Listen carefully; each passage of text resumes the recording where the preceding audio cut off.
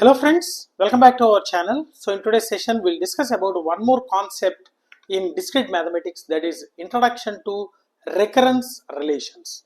So in our previous session we have discussed about the principle of inclusion and exclusion problems, and now without delay we'll start the today's session, recurrence relations, the most important concept.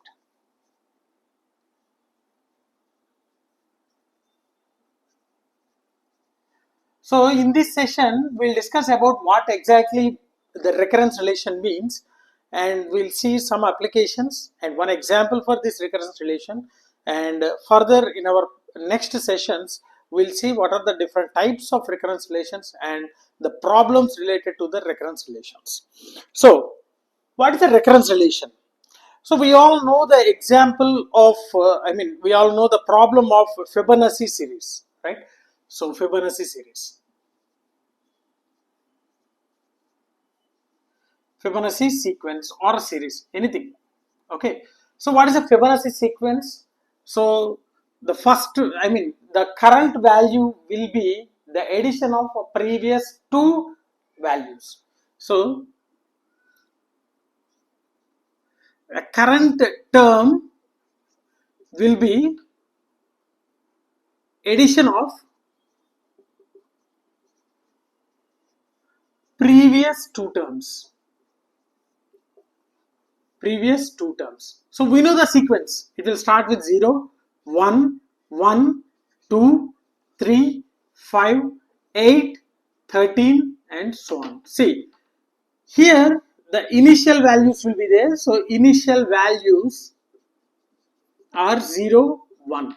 And from the third term, we have to add the previous two terms. Okay, so that means the current term depending upon the previous terms. Okay, so what we are doing?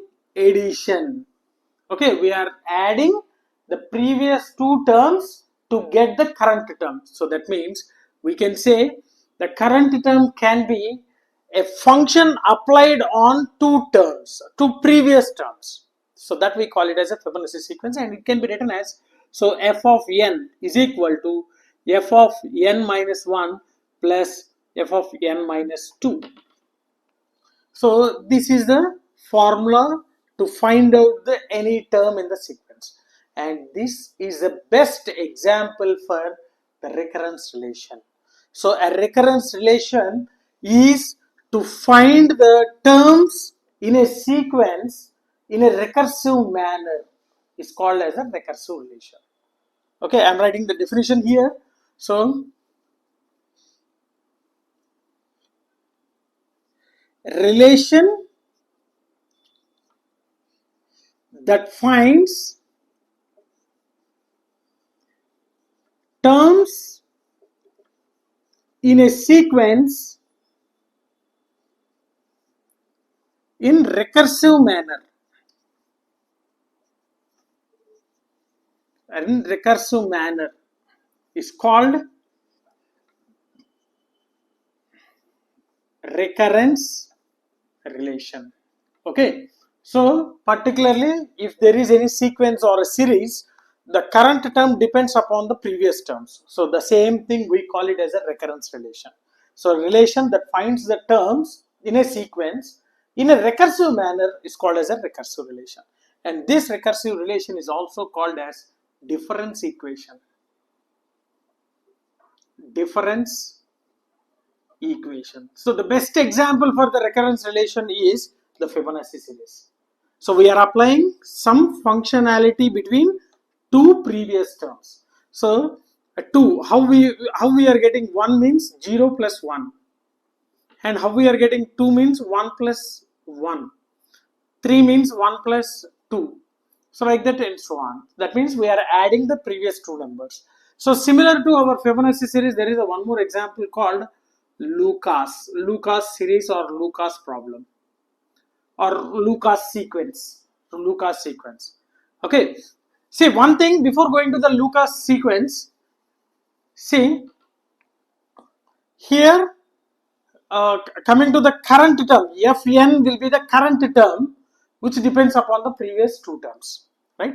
Yes. So for every sequence, we'll be having some initial values for any sequence. For example, if you take the Fibonacci sequence, the initial values, we can start with A0, A0 will be 0, and A1 will be 1, and from A2 we will be connecting with A0 plus A1. Okay, so how we are getting A2 means by adding the previous two terms. So there will be initial values for any kind of sequence. So with the help of the initial values, we are finding out the next terms in the sequence. So this is an example for recurrence relation, and one more example I'll tell you for this recurrence relation, that is a Lucas sequence or Lucas problem. Just now we have seen. So Lucas sequence. So what is this Lucas sequence? Okay, so it will start with 1 and 3, and the same function which we have applied in the Fibonacci applied for the Lucas also, but the initial values are different here, 1 and 3. So the next term will be addition of previous two terms, 4, 7, 11, 18, 29, and so on. So here the function is also similar. F of n is equal to f of n minus 1 plus f of n minus 2. Okay, with initial values, that is most important. With initial values, a0 is equal to 1 and a1 is equal to 3. So this is called a Lucas sequence. One more example for recurrence relation.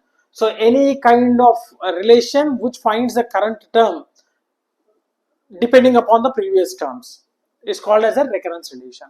Now what are the applications? What are the different applications where we can use this recurrence relation? A simple topic. So applications of recurrence relations means the first one, majorly we will use these recurrence relations in the algorithm analysis. Algorithm analysis.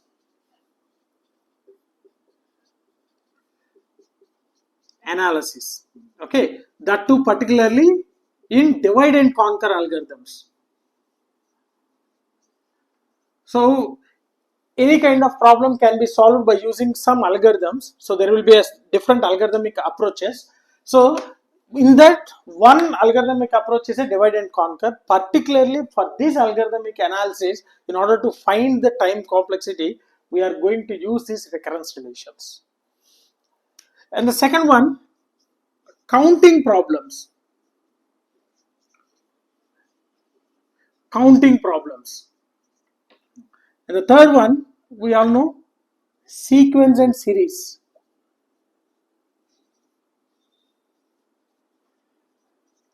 Sequence and series. So we are supposed to, we'll be writing a different examination. So in that we are expecting a question in this particular sequence and series. We need to find the next term following the particular sequence, right? In such case also we are going to use the recurrence relation, because the next term will be calculated with the help of the functionality applied for the previous two terms. So these are the few applications of recurrence relations, and there are a lot of different types of recurrence relations. So in our next session, I'll focus on different types of recurrence relations with a clear example. So this is a most important topic, that is a recurrence relations, right? So hope you understood, and now you got an idea about what exactly means the recurrence relation. And I'll close here. And if you really enjoyed my session, like my session, share my session with your friends, and don't forget to subscribe to our channel. Thanks for watching. Thank you very much. Hello friends, welcome back to our channel. So in today's session, we'll discuss about one more concept in discrete mathematics, that is types of recurrence relations. So in our previous session, we have discussed about what exactly mean the recurrence relation. So with a quick overview, so the recurrence relation is defined as the current term will be defined with a recursive manner from the previous terms. Okay, that we call it as a recurrence relation, and we have seen different examples of recurrence relation and also the applications of recurrence relations. So now, without delay, we'll start today's session, that is the types of recurrence relations.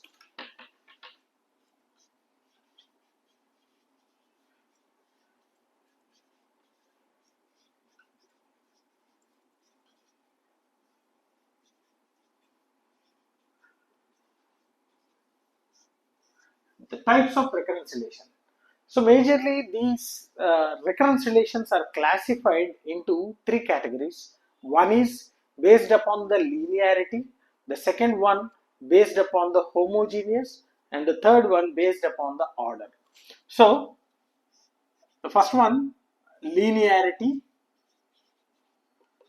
So under the linearity, there are two things. One is linear recurrence relations and non-linear recurrence relations. So we'll see one by one. And the second one is homogeneous. Homogeneous. So under that, we are having a two categories: homogeneous and non-homogeneous. And the third one is by order. So under that, there is a first order recurrence relation, second order recurrence relation, and similarly higher order recurrence relation. Higher order recurrence relation. So these are the different categories of recurrence relations. So based upon the linearity, homogeneous, and order. So first coming to the linear recurrence relations. So this linear recurrence relation will be having only the combinations of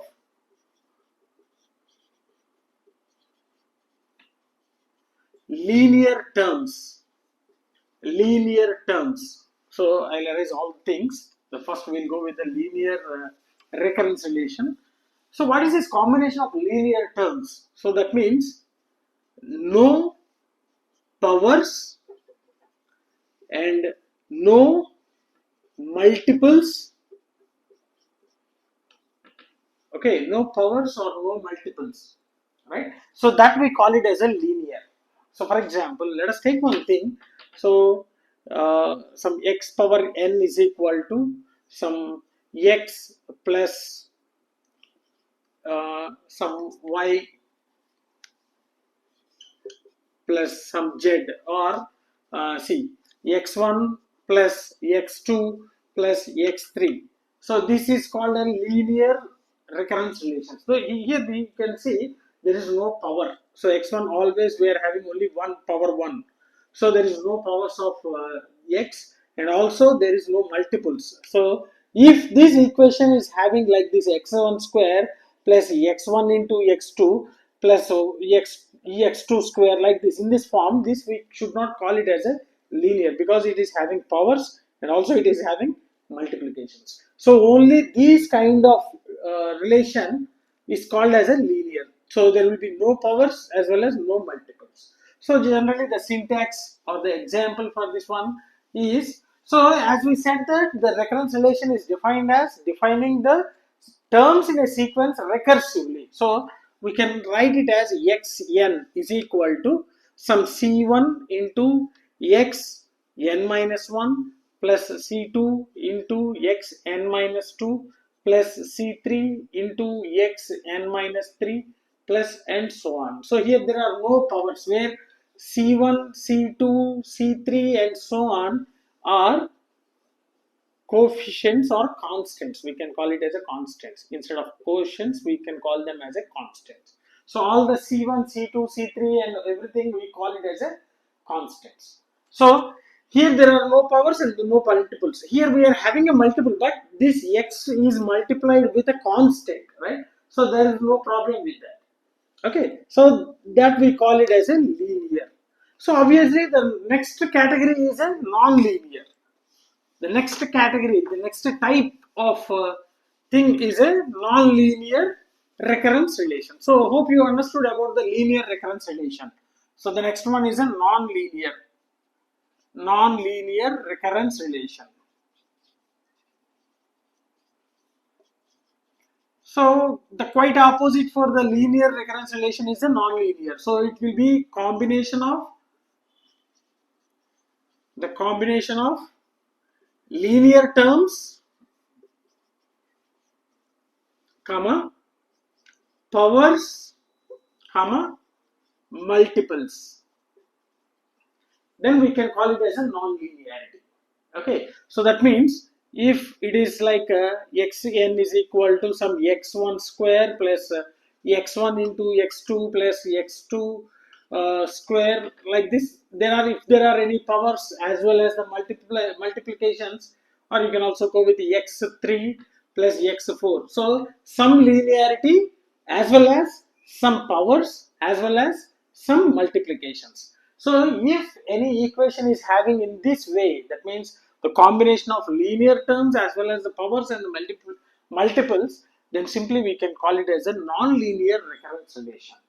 Okay, for example, so any linear equations, you can see x square plus y plus z square. So like this is also a linear non-linear recurrence relation. Okay, so in general we call it as xn can be defined with c1 into xn minus 1 square plus c2 into xn minus 2 plus c3 into xn minus 3 whole cube, etc. So this can be considered as a non-linearity. So here not only the simple terms, we are also having the powers, and if possible we can also have the multiples. So this is the non-linearity. So if any equation you found in this way, we can say it as a non-linear recurrence relation. Yes. Now let us move on with the second category, that is homogeneous and non-homogeneous. Homogeneous and non-homogeneous. That's also very simple. So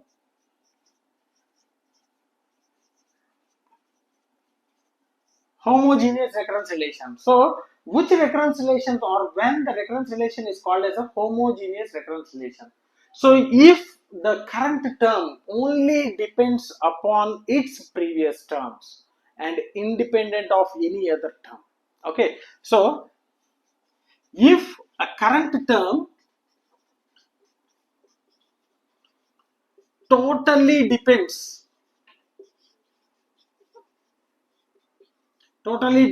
on previous terms, then we can call it as a homogeneous recurrence relation. So this can be considered as some a n is equal to some functionality of, so a n minus 1 comma a n minus 2 comma a n minus 3 comma and so on. So we said that any recurrence relation, so the current term will be depending on some functionality applied on the previous terms, that we call it as a homogeneous recurrence relation. So for example, you can go with the Fibonacci series. We know that initial conditions a not equal to 0 and a1 is equal to 1. So what about a2, which depends upon only a naught plus a1? So that means an is depends upon the function of an minus 1 comma an minus 2. So other than these two terms, we are not depending upon any other term. So such type of things we call it as a homogeneous recurrence relations. So the current term depends upon only the previous terms. Only the previous terms.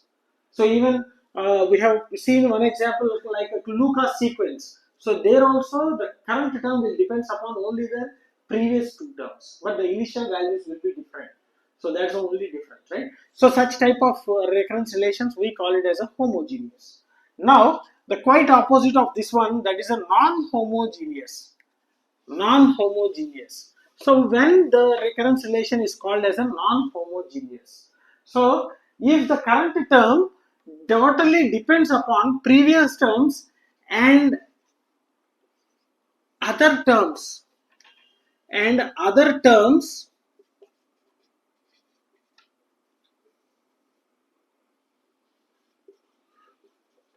which are not previous terms. So other than some previous terms, if it depends upon any other terms, then it is called as a non-homogeneous recurrence relation. So example you can see. So similarly, an, the current term depends upon function on previous terms and so on, plus some n. So let it be. So a n is equal to some a n minus 1 plus 3n. So you can see an minus n is a previous term, but 3n doesn't depends upon the previous terms. It's a constant, right? Similarly, the current term is equal to an minus 1 plus n square. So this is also not depends upon the previous term.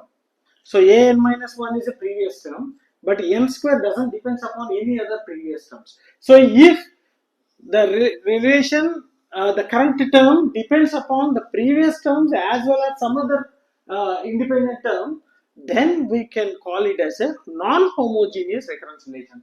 Just remember this formula: an is equal to f of n minus 1 n minus 2. That means all the previous terms with addition to some non-dependent of previous terms. So it can be 3n or n square, or simply it may be a constant an minus 1 plus 4. So this is also constant. This doesn't depends upon the previous terms. This doesn't depends upon the previous term. This doesn't depends upon the previous term. So such kind of things is called as a non-homogeneous recurrence relation. If the function is in this way, an is equal to an minus 1 plus 2 an minus 2. So then it will be a not homogeneous recurrence relation, because this is a previous term and this is a previous term. So if you want to get the current term, we have to apply the function on only previous terms. But here we have to apply the function on previous term as well as some other independent term, so that some other constant. So such type of recurrence relations we call it as a non-homogeneous recurrence relations. Hope you understood this one. So later we in our further sessions we'll be solving a few problems on these kind of things. So linear, non-linear, homogeneous, non-homogeneous, like that. Yes. Let us move on with the third category, that is order. Order. So first order, second order, as well as a higher order recurrence relations. Okay. Now, as the name itself indicates, the first order recurrence relation. So this is order. The first one is first order recurrence relation. First order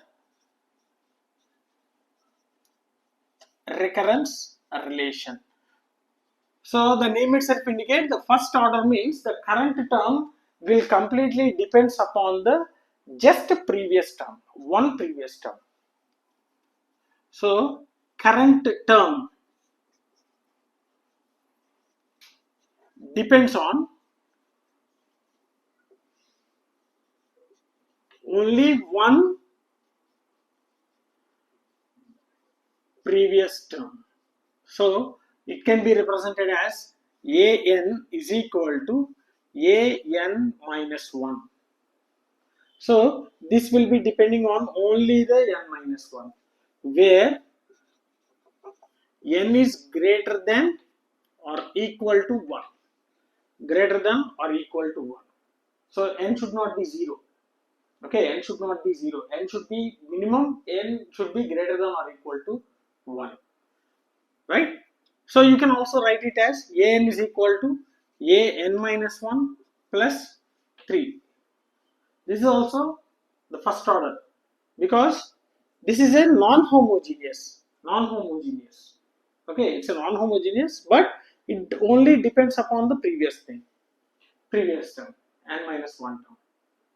Okay, so how to find out which order of this given relation? So finding of order. How to find the order? Finding of order. How you can find means, that is a difference between, remember this one, difference between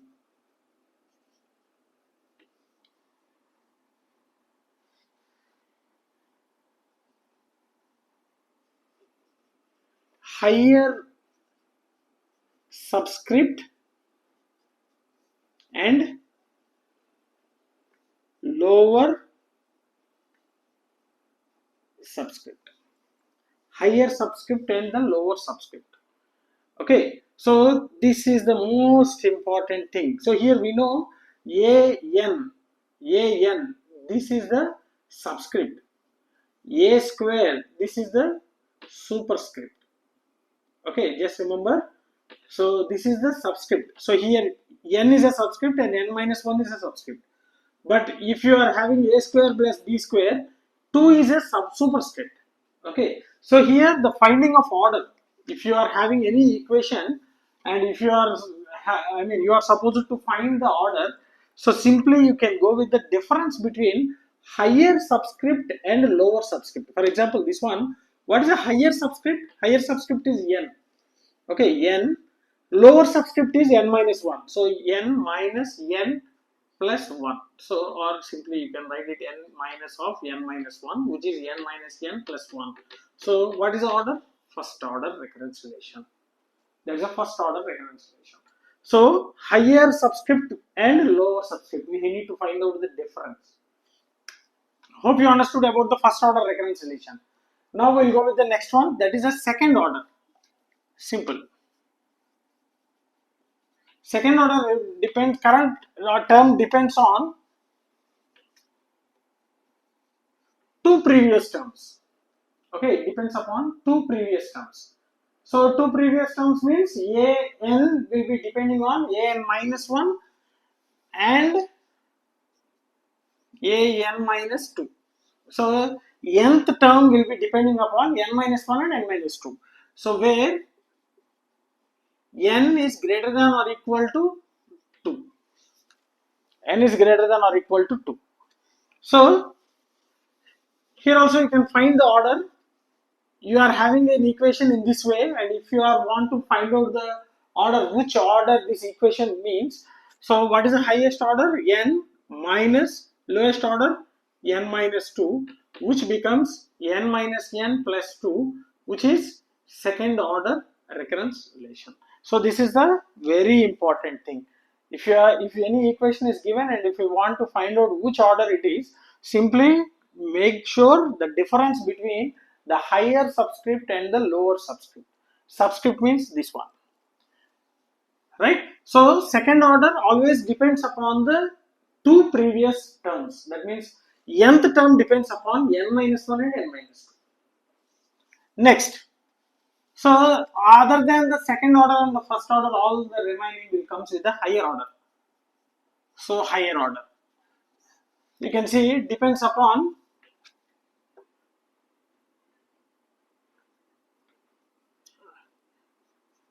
previous 3 or more terms. So if the current term depends upon the previous 3 terms, then it will become the third order, right? For example, let us take this one. So if it is like this, a n minus 1 plus a n minus 2 plus a n minus 3. So where n greater than or equal to 3. So that is most important. N should be greater than 3. N should not be 2. So if n becomes 2, what happens? So this becomes a1 plus 2 minus 2, a naught plus this becomes a minus 1. So this is an invalid term. So always, if it is a third order recurrence relation, n should be greater than or equal to 3. Now you can apply. So what is the order of this particular recurrence relation means higher subscript n minus lower subscript n minus 3, which becomes n minus n plus 3, which is 3, third order. So other than the first order and the second order, all the remaining comes with the higher order. Either it may be a third order or a fourth order or a fifth order. And make sure the n value should be greater than or equal to that particular order. If it is a fifth order, the n should be greater than or equal to 5. And nth term will be depending upon 5 previous terms. 5 previous terms. And that may be either homogeneous or non-homogeneous. If the current term only depends upon the previous term, then we can say it as a homogeneous. And apart from the previous terms, whenever it depends upon any other independent terms, then we can call it as a non-homogeneous, right? So hope you understood these types of recurrence relations. So you must be very good aware about all these types of recurrence relations, then only we can solve the problems on different kinds of recurrence relations. So in our further sessions, we'll see or we'll solve the different kinds of problems on recurrence relation. So we have seen the different types, that is based upon the linearity, based upon the homogeneous property, and based upon the order. So all these categories we have seen, and we have also seen different examples for each and everything. So let's stop here, and if you're having any doubts regarding this one, feel free to post your doubts in the comment section. Definitely I will try to clarify all your doubts. And if you really enjoyed my session, like my session, share my session with your friends, and don't forget to subscribe to our channel. Thanks for watching. Thank you very much. Hello friends, welcome back to our channel. So in today's session we'll see one more concept in discrete mathematics, that is solving of the first order homogeneous recurrence relation. So in our previous session we have seen what is a recurrence relation and what are the different types of recurrence relations. So in that we have seen the homogeneous, non-homogeneous, linear, non-linear, as well as the order by order, that means the first order, second order and the higher order. So in this session, without delay, we'll start the concept, that is how to solve the first order homogeneous recurrence relation.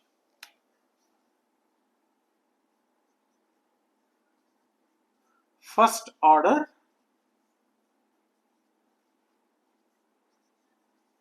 homogeneous recurrence relation. So once again we'll have a quick recall what exactly means the first order as well as the homogeneous.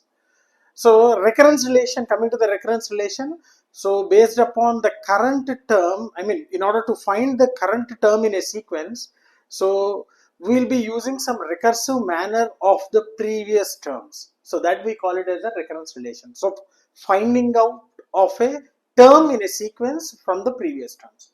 And if the current term depends completely upon the previous terms only, then we call it as a homogeneous recurrence relations.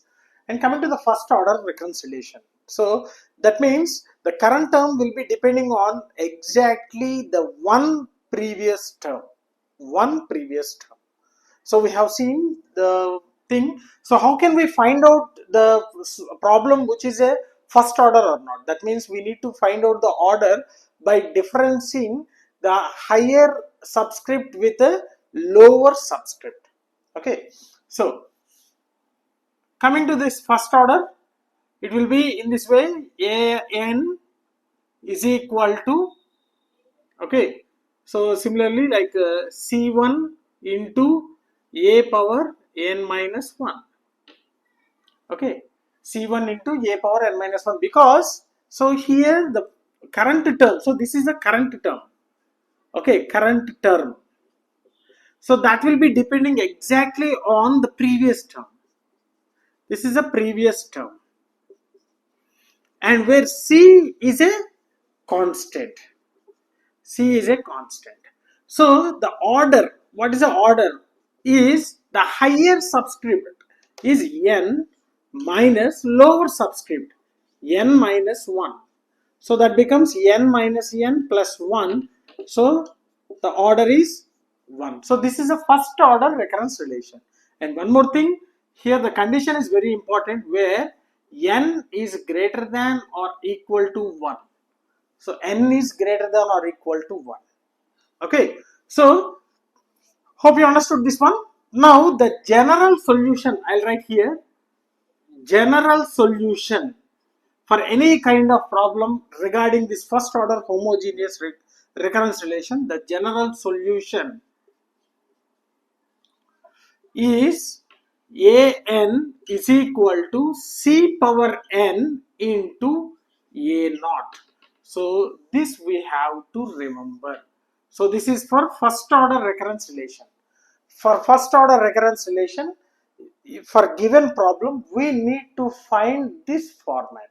So here we will be having a naught, the initial condition, we will be having the constant. So we need to find out these things. Okay, we need to find out these things, and we have to get the solution in this way for first order recurrence relation. Hope you got it. Now let us solve a few examples on the first order recurrence relation. So let us solve this problem, first one. So 4an minus 5an minus 1 is equal to 0. for n greater than or equal to 1 and the initial condition is given a not equal to 1.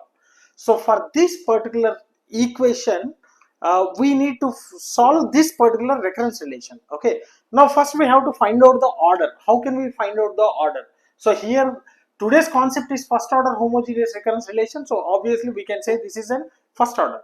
But if you are not having this one, if you are giving only this problem, how can you find the order, right?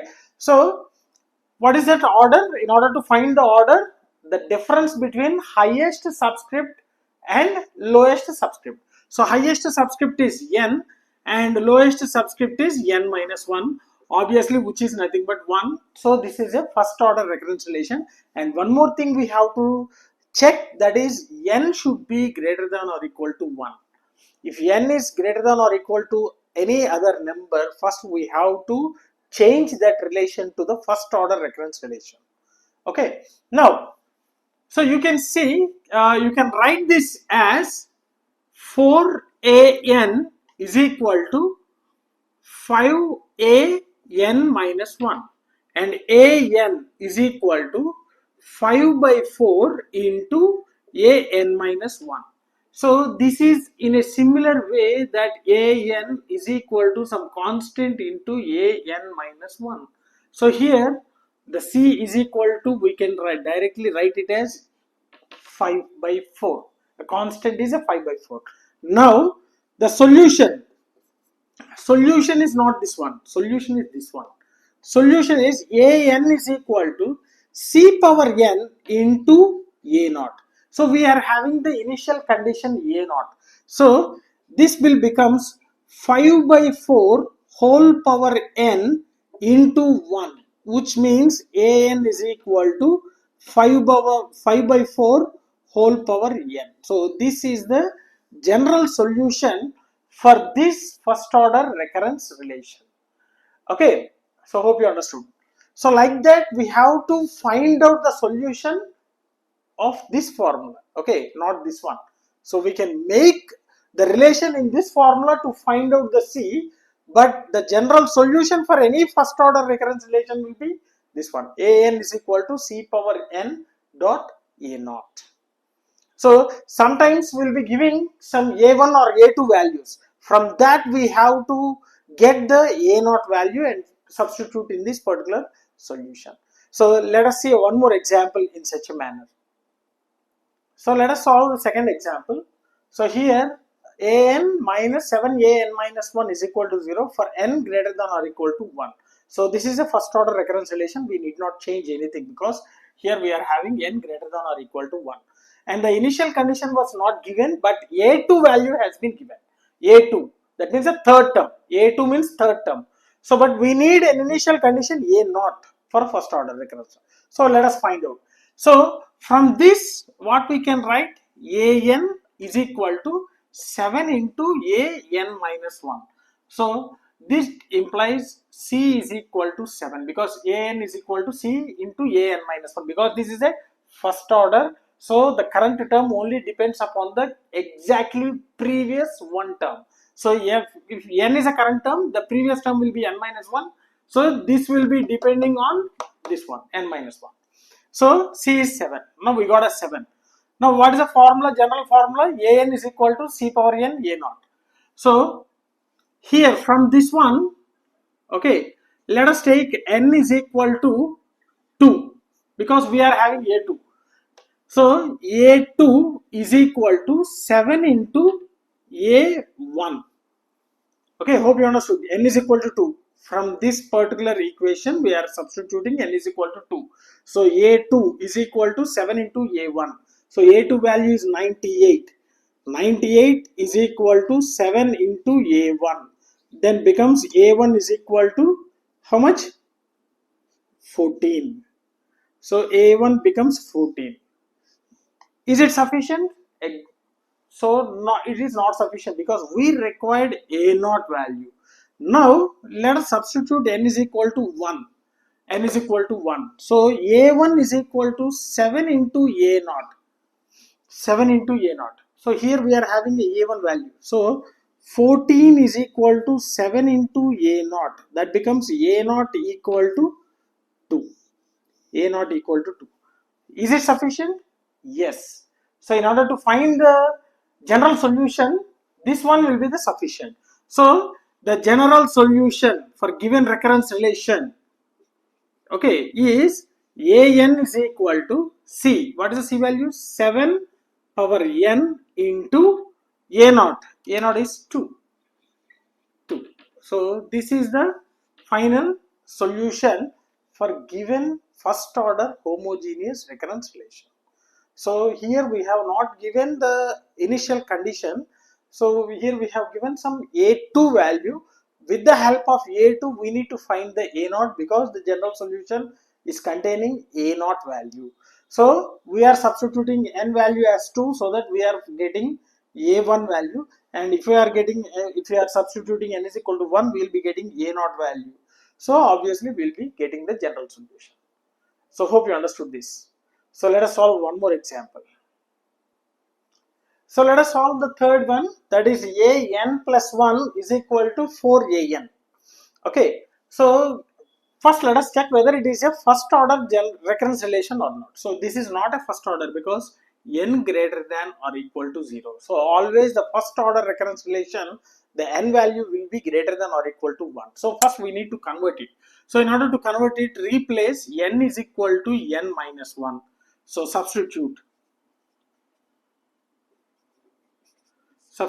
n is equal to n minus 1. So a n minus 1 plus 1 is equal to 4 a n minus 1, and here n minus 1 greater than or equal to 0. So this becomes a n is equal to 4 a n minus 1, and this becomes greater than or equal to 1. So this will be in the first order recurrence relation. Now we have to solve this one with the initial condition a naught equal to 3. Okay, so initially whatever the thing we got in this problem is not in a first order recurrence relation. First we need to make that in a first order recurrence relation, then we have to solve it. So in order to make it as a first order recurrence relation, so we are substituting n with n minus 1. So here we will be substituting n with n minus 1, so that we will be getting in a first order recurrence relation. Now the remaining process is same. So from this part we know c is equal to 4, because a n and a n minus 1, this is a c. So from this formula, so we will be getting c is equal to 4. Now a naught, we are having a naught. So the general solution, we can directly get the general solution here, right? So general solution an is equal to c power n. So 4 power n into a naught. So which is nothing but a 3. So this is a general solution for given recurrence relation. Hope you understood this kind of problems. First we have to check whether the given recurrence relation is in a first order or not. So this is not in a first order. So even though we are using only one term, okay, one previous term, so obviously if it is a n plus 1, the previous term will be n term only. So even though it depends upon the previous term, but the n value is greater than or equal to 0 here. So we need to convert it, because it always the first order recurrence relation will be having n value greater than or equal to 1. So like that we can solve this, and we'll solve one more example and we'll close. Now let us solve the next example. So 3an plus 1 minus 4an is equal to 0 for n greater than or equal to 0, and the initial condition given is a1 is equal to 5, the initial values. So here you can see this is not in a first order recurrence relation, so n greater than 0. Now you can substitute n with n minus 1. So 3a n minus 1 plus 1 minus 4 a n minus 1 equal to 0, and n minus 1 greater than or equal to 0. So this becomes 3an minus 4an minus 1 equal to 0, and n greater than or equal to 1, and a1 value is 5. So we have converted the given problem to the first order recurrence relation. Now we have to solve it. So from this we can say 3an is equal to 4an minus 1. An is equal to 4 by 3 into an minus 1. So from this we can decide c is equal to 4 by 3. C is equal to 4 by 3, constant. What about a naught? So we are not having a naught, we are having a1. So substitute n with 1, this one, right? So a1 is equal to 4 by 3 into a0. So here we know a1. What is the a1? 5. So 5 is equal to 4 by 3 into a0. Now a0 value, what is the a0 value? It's a 15 by 4 into, yeah, 15 by 4. So this is the a0 value. So from this we can find the general solution. General solution for this one is an is equal to c. What is the c? 4 by 3 power n into a0, 15 by 4. So this will be the general solution for a given first order recurrence relation. Okay, so the first order recurrence relation is very simple. Okay, so that means it will be having only one root.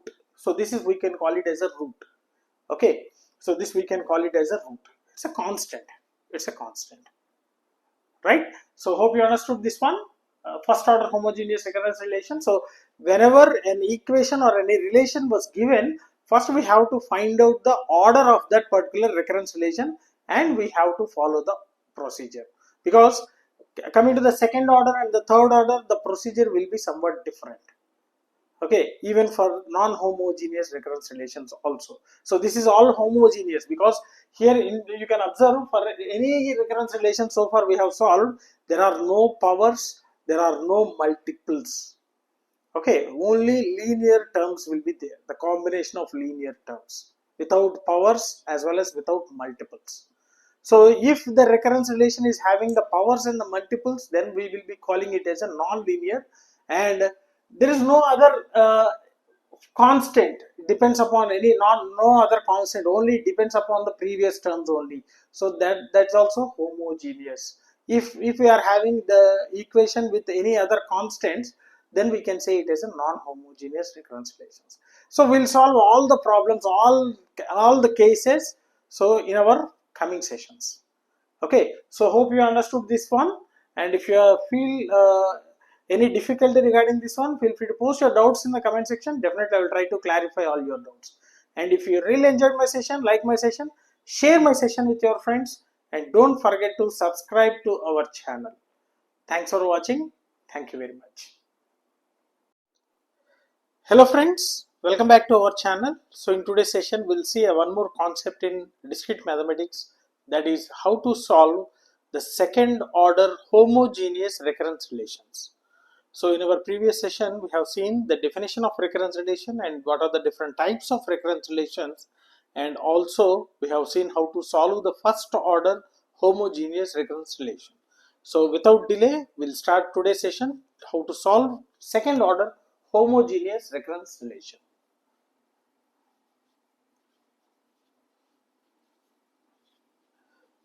Second order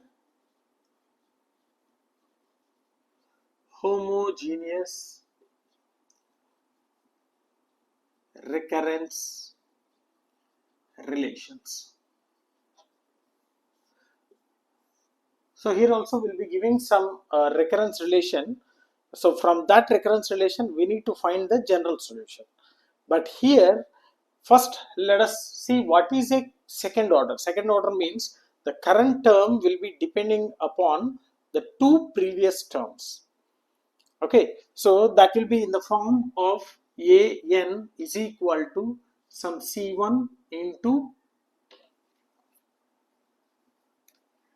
an minus 1 plus c2 into an minus 2, okay, where n greater than or equal to 2. So here it is a second order, so obviously n should be greater than or equal to 2. So first we have to check whether the given relation is in second order or not. So here how to find the order means the difference between the highest subscript and the lowest subscript. So in this, what is the highest subscript? N minus, what is the lowest subscript? N minus 2, which becomes n minus n plus 2, which is 2. So that implies it is a second order homogeneous recurrence relation. So whenever you have given a question to solve the following recurrence relation, the first step we have to check is the order. Okay, we have to check the order and we have to check the value of n. If it is a first order, n value should be greater than or equal to 1, and if it is a second order, the n value should be greater than or equal to 2. Yes. So after finding out the first step, so now we say that this is a second order recurrence relation. So I'll write first steps. Step 1, check the order and value of n for given recurrence relation. So just now we have said, right? So first we have to find out the order and the value of n. Next, if not second order, convert it to second order relation, right? Second order recurrence relation. So after making the relation as a second order, next step 3, we need to find the auxiliary equation. Auxiliary equation. Okay, so what is meant by auxiliary equation? So for example, you will write it as an minus c1 a n minus 1. For example, let us take it as a plus c2 a n minus 2 is equal to 0. So let it be, this is a second order because the difference between the highest subscript and the lower subscript will become 2. So we can say this is a second order. Just here c1 c2 are the constants. So I am changing them as, here also I am giving constant. Okay, so cn minus 1, cn minus 2. The constant of an minus 1, constant of an minus 2. Now convert an with a k square. Because it is a second order, the order of k should be 2. And for an minus 1, it will be k power 1. And for an minus 2, it will be k power 0. So it becomes cn into k square plus cn minus 1 into k plus cn minus 2 into k power 0, which becomes 1, is equal to 0. So this will become the auxiliary equation. So where cn minus 1, cn minus 2 are the constants. So cn is a constant of an, cn minus 1 is a constant of an minus 1, cn minus 2 is a constant of an minus 2. So hope you understood how to find this auxiliary equation. So this is nothing but auxiliary equation. Okay, so just remember, here we are finding the second order. So this is a second order. So we are solving the second order recurrence relation. So for solving the second order, so we need to start the k value from 2, k power 2, k power 1, k power 0. Okay, here it is a k power 1, okay, which becomes k. So like that, first we have to find the auxiliary equation. So here you can see this is a quadratic equation. This is a quadratic equation. So the next step, so I will write here. So I'm replacing step 1. Okay, I'm replacing the step 1 and step 2. Now it is a step 4. Step 3, after 3, step 4. We have this one. So this is a quadratic equation. Okay, so here the auxiliary equation is quadratic equation.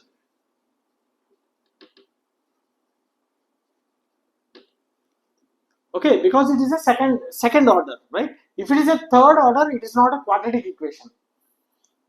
So K1 comma K2 are roots of quadratic equation. So we need to find the K1 and K2. So I'm again erasing.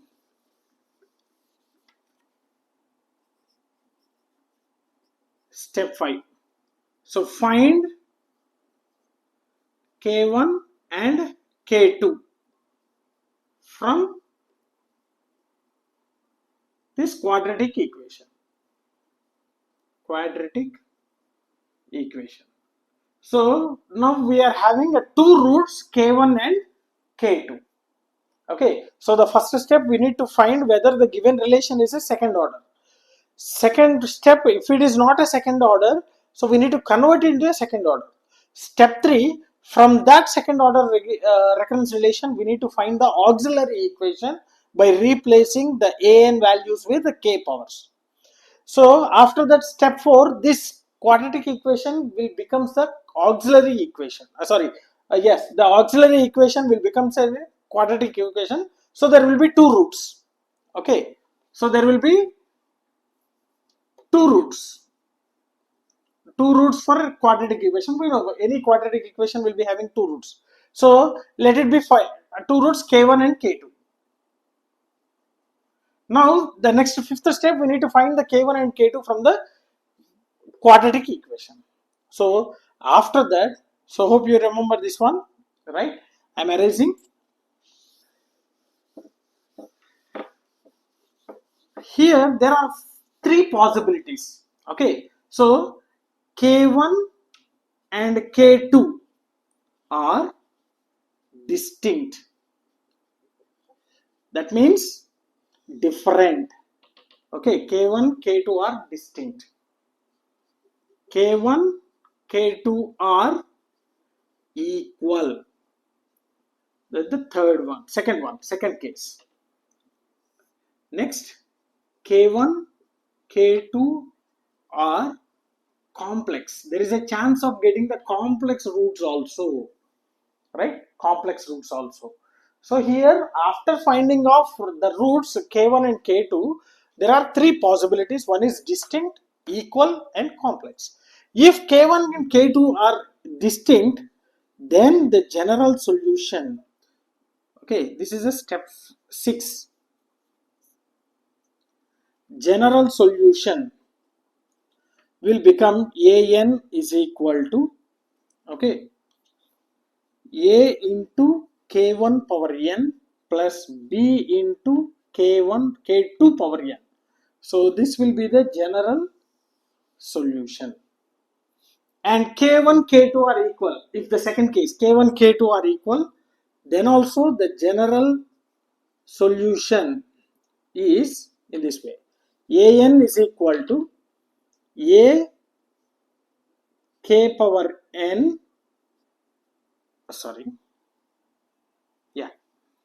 b into n into k power n, because k1 is equal to k2 equal to k. All the three are, I mean, both the roots are equal, right? So then the general solution is in this way. A into k power n, because k will be either k1 or k2, both are equal, plus b into n into k power n. So that's the general solution if k1 and k2 are equal. Now, if k1 and k2 are complex, then the general solution becomes, so let it be k1 is equal to p plus iq, k2 is equal to p minus iq. So both are complex roots. Then the general solution an is equal to r power n into a n cos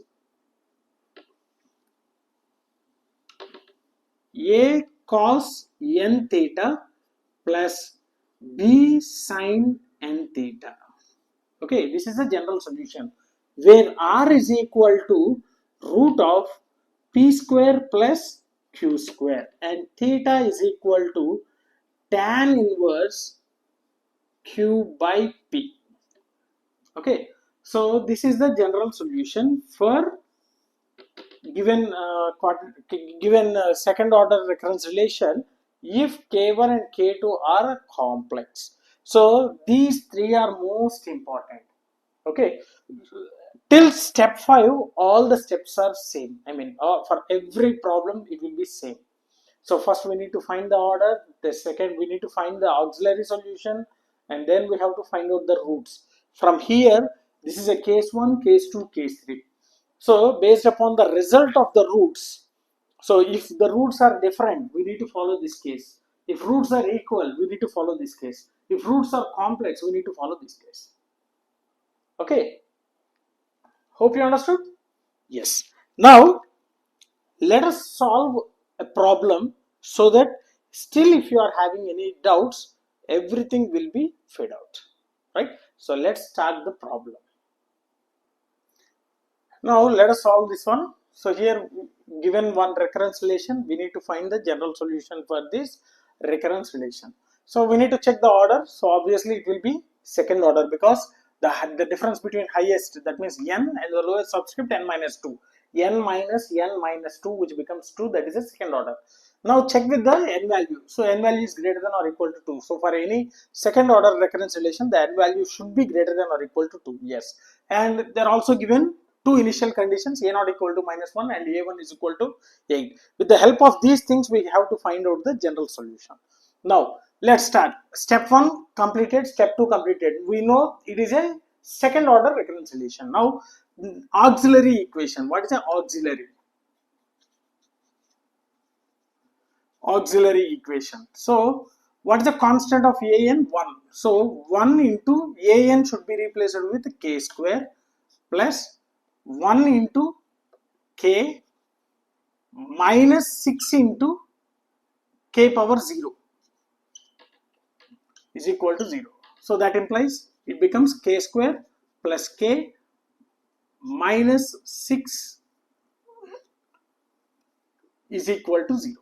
So this is the auxiliary equation. Now we need to find out the roots for this auxiliary equation. So we know the roots formula minus b plus or minus root of b square minus 4ac by 4a. So this is the roots. Okay, we can apply the same formula, or else, so whatever the process we studied in our schooling, we can follow the same thing. So here we need to add a two terms. So if you add the two terms, we need to get a plus k, and if you product the two terms, we should get a 6k square. That we have studied in our schooling, right? So this can be written as k square plus 3k minus 2k minus 6, okay, is equal to 0. So I have taken this k as 3k minus 2k. You can see 3k minus 2k which becomes k, and if you product these two things, we will be getting 6k square. Yes. So we can write this in this format. Now take the k common, k plus 3 minus 2 as common, k plus 3 is equal to 0. So it becomes minus 2k minus 6. Yes. So simply you can say k is equal to minus 2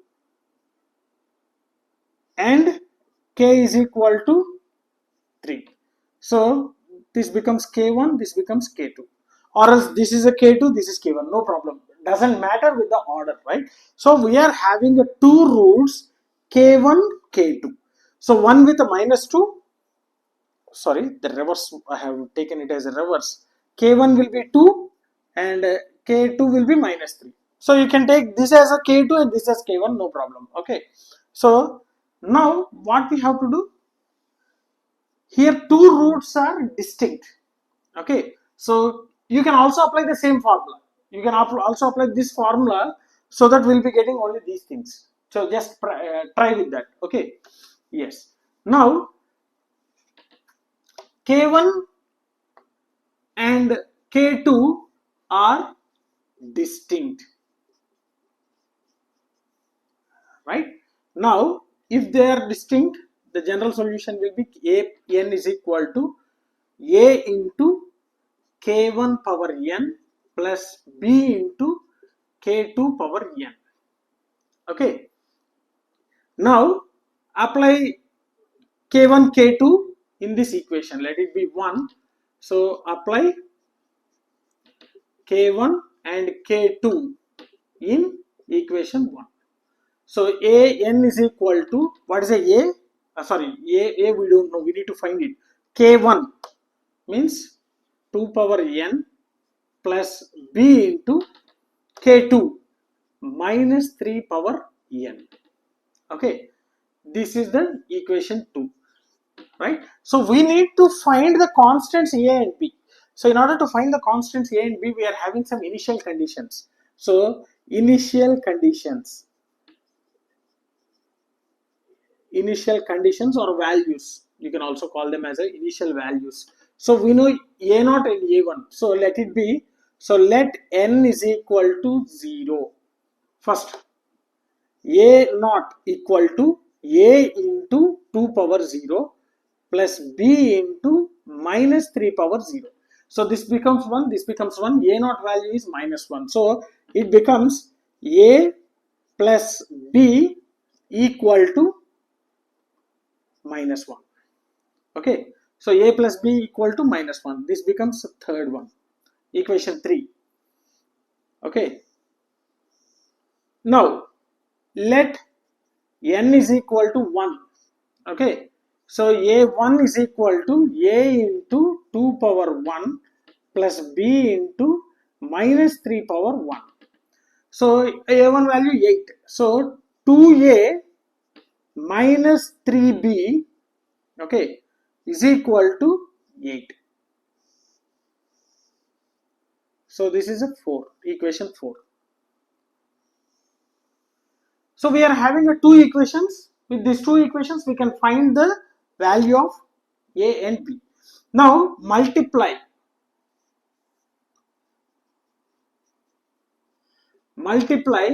equation 3 with 2, because here we are having 2, right? So otherwise you can also multiply it with minus 3 also, right? 3, you can multiply with 3. So okay, we'll multiply with 3. So it becomes 3a plus 3b equal to minus 3. Okay, this becomes the fifth equation. Now here you are having minus 3b, here you are having plus 3b. So add equation 4 and 5. Sorry, this is a 5. Equation 4 and 5. So 3a plus 3b is equal to minus 3. 2a minus 3b is equal to 8. What happens? Cancel. It becomes 5a is equal to 8 minus 3, it's a 5. So from this a becomes 1. So we got the value of a as 1. So you can substitute this. Substitute value of a in equation 3. So equation 3, 1 plus b is equal to minus 1. So b is equal to minus 2. B is equal to minus 2. So we had two values a and b. Now the general solution for this one, so this one, right? So the general solution for the given problem will be an is equal to, what is the a value? 1 into, what is the k1 value? 2 power n plus, what is the b value? Minus 2 into, what is this one? Minus 3. Minus 3 power n. So the general solution will be 2 power n minus 2 into 3 power minus 3 power n. So this will be the general solution. This is a minus 3. Okay. So just we have to apply the a and b values in equation 1. Okay, a and b values in equation 1. So in the same way we have to solve the problem.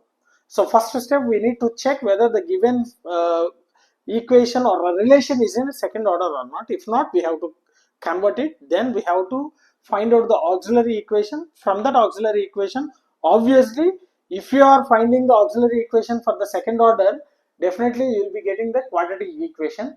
From that quadratic equation, we need to find the roots, and based upon the result of the roots, we have to apply either of the three cases. So if the roots are distinct, one formula; if roots are equal, another formula; if roots are imaginary, there will be another formula, right? So this is the solution.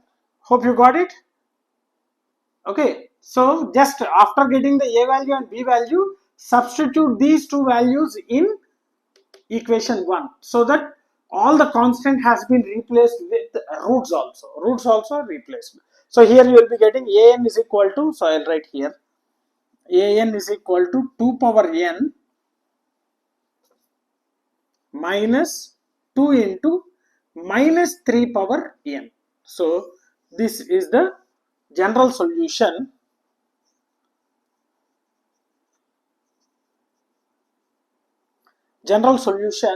for this second order homogeneous recurrence relation, right? So let's stop here. So in the next session we'll see one more example, okay, in for this second order homogeneous recurrence relation, right? So I'll stop here, and if you are having any queries or doubts regarding this procedure, feel free to post your doubts in the comment section. Definitely I will try to clarify all your doubts. And if you really enjoyed my session, like my session, share my session with your friends, and don't forget to subscribe to our channel. Thanks for watching. Thank you very much. Hello friends, welcome back to our channel. So in today's session we'll see one more concept in discrete mathematics, that is how to solve the second order homogeneous recurrence relation. So in our previous session we have seen what is the recurrence relation, what are the different types of recurrence relations, and also we have solved two problems, one on first order recurrence relation and second one on second order homogeneous recurrence relations. So today, without delay, we'll solve one more problem in this second order homogeneous recurrence relation. So before starting that, just recall the steps. So first we have to check whether the relation is in homogeneous and second order or not. So in order to finding the order of the relation, any relation, is it finding the difference between the highest order and the lowest order. So here the highest order is n and lowest order is n minus 2. So where the order becomes 2. So this is in second order homogeneous recurrence relation. Now in the next step, based upon the given relation, we have to find out the auxiliary equation. So finding the auxiliary equation, then we have to find the roots of a quadratic equation. As it is a second order, so obviously the equation will be the quadratic equation. Then we are supposed to find the roots of quadratic equation, and based upon the results of the roots, the three cases will be used. The first case, whenever the roots are different, so we'll be using one generalized solution formula, and if roots are equal, then we will be following the case 2 general solution, and if roots are imaginary and complex, we'll be using the third category, that is the general solution for that particular imaginary roots. So in our previous session we have seen the recurrence relation where the roots are distinct. Now we will solve this kind of problem. So here the problem, the relation is this one. So the auxiliary equation will be, so here 1, see C1 or Cn into k power 2 plus Cn minus 1 into k power 1 plus Cn minus 2 into k power 0. So here Cn is equal to 1, Cn minus 1 is equal to -6, Cn minus 2 is equal to 9. So based upon that, we are applying the quadratic equation. So k square minus 6k plus 9 equal to 0. So now in this particular equation, we need to find the roots. So you can write this one as k square minus 3k minus 3k plus 9 is equal to 0, because if you add these two, we'll be getting 6. If you multiply these two, we'll be getting the 9k square. Yes. So take k as a common, k minus 3 minus 3, yes, minus 3, take minus 3 as a common, so it will be k minus 3, yes, is equal to 0. Then it will be k is equal to 3, so we can yeah, and also k is equal to 3. That means here you can say the roots are equal. So for this, roots are k1 equal to k2 equal to 3. So these are the roots. Hope you understood. This is the first one. This is the auxiliary equation. This is the auxiliary equation. So from this auxiliary equation, we are finding the roots. So this is a one process. Otherwise, you can also use a roots of a quadratic equation formula, minus b plus or minus square root of b square minus 4ac by 4a. So you can follow that approach also. Now, among the three cases, I'm erasing this one. Among the three cases, here what we got? We got the roots with a equal value. So roots are equal. Roots are equal. So general solution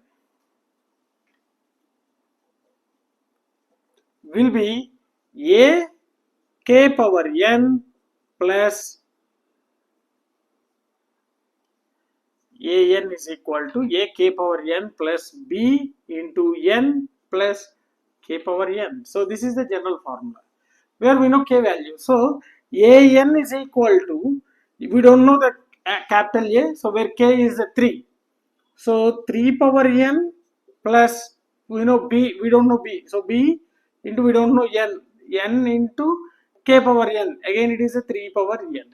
So we need to find the a value and b value. So for that, we are having the initial conditions, a not equal to 1 and a1 is equal to 6.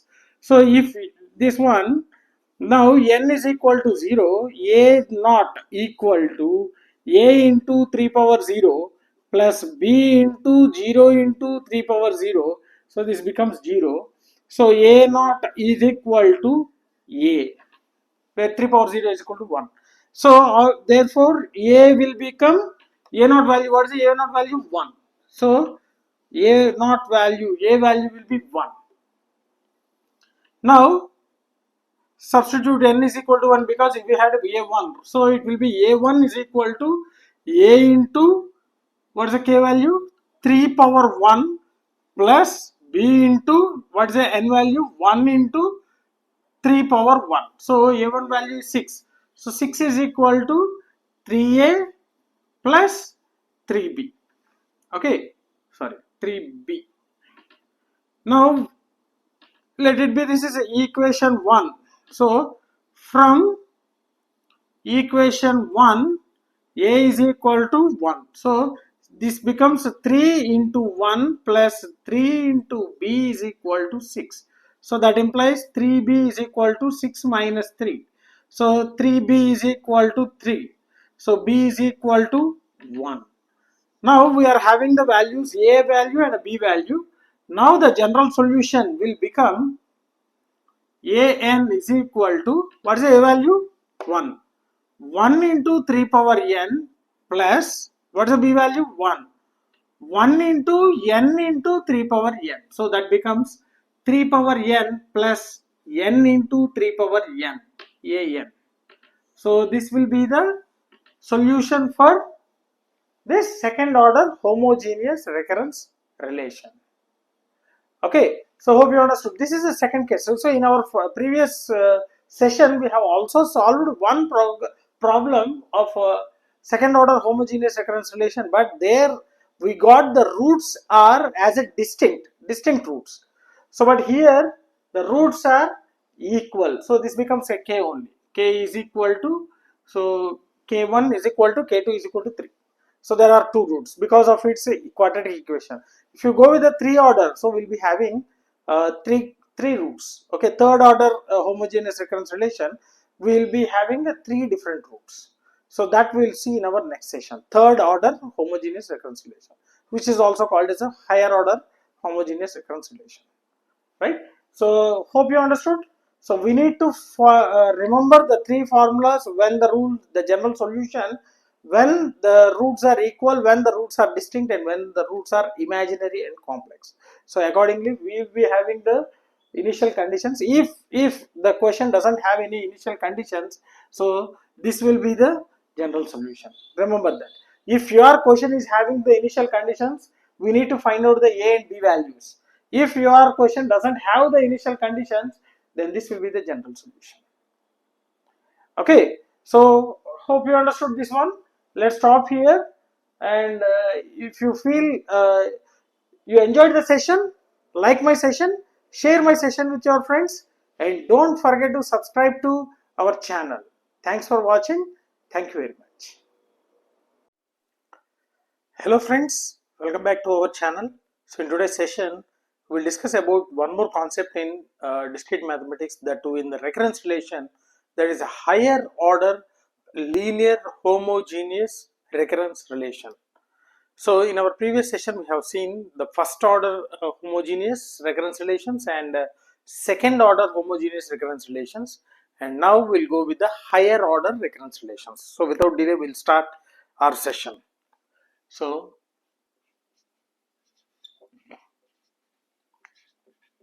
higher order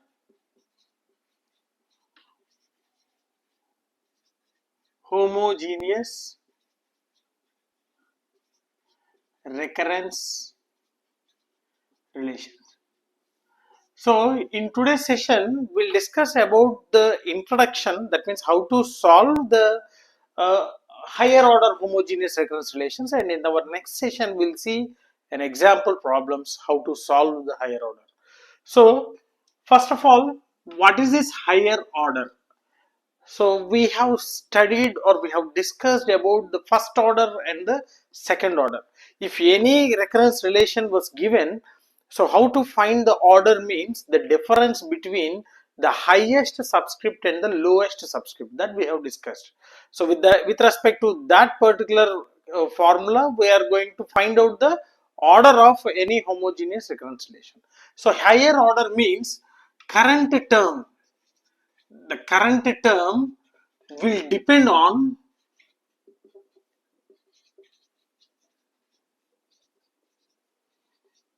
more than two previous terms. So if the current term depends upon one previous term, then we calling it as a first order recurrence relation. And if the current term depends on the previous two terms, then we are calling it as a second order recurrence relations. And if the current term depends on more than two previous terms, then we call it as a higher order. So this may be third order, fourth order, fifth order, and so on. Okay, so first order, if it is a first order, we are having only one root,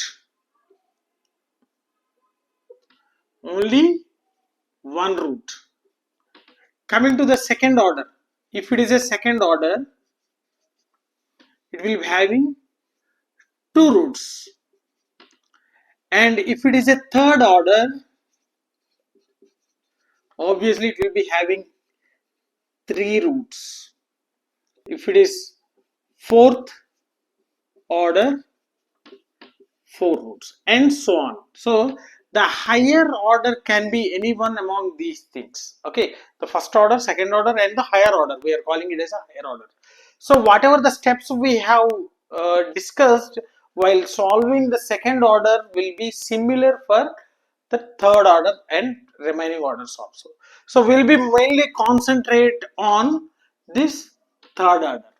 Okay, third order. So what is the first step? We need to find whether the given recurrence relation is in a third order or not. How can we find? So obviously it should depends upon previous three terms, as well as the n value should be greater than or equal to 3. Then only we can say it is a third order. So if it is a third order recurrence relation, then the second step is we need to form an auxiliary equation. So all the steps are same. Okay, all the steps are same.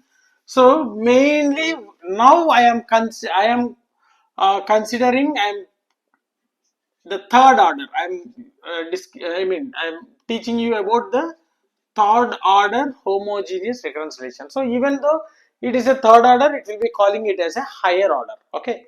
Now the first step, check and make the recurrence relation. I am using RR, recurrence relation, into third order. Okay, that means n should be greater than or equal to 3. N should be greater than or equal to 3. Now the second step, find auxiliary equation. So how to find the auxiliary equation? Let it be the relation is in the form Cn an plus Cn minus 1 an minus 1 plus Cn minus 2 an minus 2 plus Cn minus 3 an minus 3 is equal to 0, because the current term, okay, this current term, or you can also use in this way. Okay, the current term will be depending upon previous three terms, where C1, Cn minus 1, Cn minus 2, Cn minus 3 all are constants. So simply we can replace Cn with k cube. So if it is a third order, the k will be cube. Thus n is the highest order, right? So among all these subscripts, n is the highest order. So for that we have to use a k cube. If it is a fourth order, it will be k power 4. If it is a fifth order, k power 5, and decrease. So Cn minus 1 is equal to k square. Cn minus 2 is equal to k power 1. Cn minus 3 is equal to k power 0. So the equation can be written, auxiliary equation can be written as Cn k cube plus Cn minus 1 k square plus Cn minus 2 k plus Cn minus 3 is equal to 0. So Cn, Cn minus 1, Cn minus 2, Cn minus 3 are all constants. So from the given relation, we have to find out the constants and we have to apply the k value. So where k is a roots. Okay, k is nothing but a roots. So if it is a third order, we will be having a 3 roots. If it is a fourth order, we will be having a 4 roots. Now we are focusing on the third order. So k, we will be getting 3 roots. So this is the auxiliary equation. What's the next step? We need to find roots for auxiliary equation.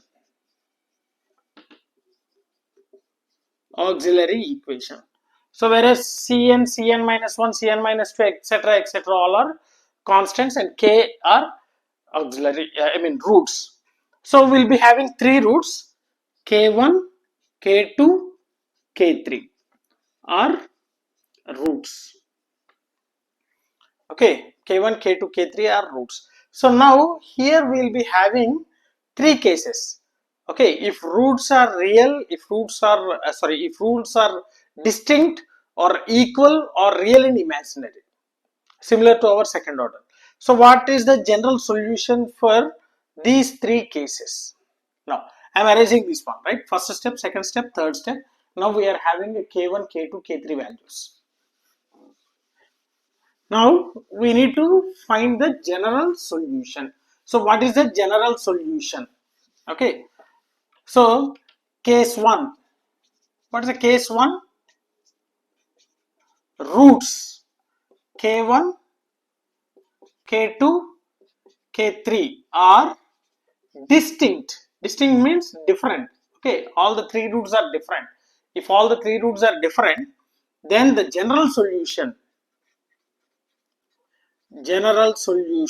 will be an is equal to capital A k1 power n plus capital B k2 power n plus capital C k3 power n.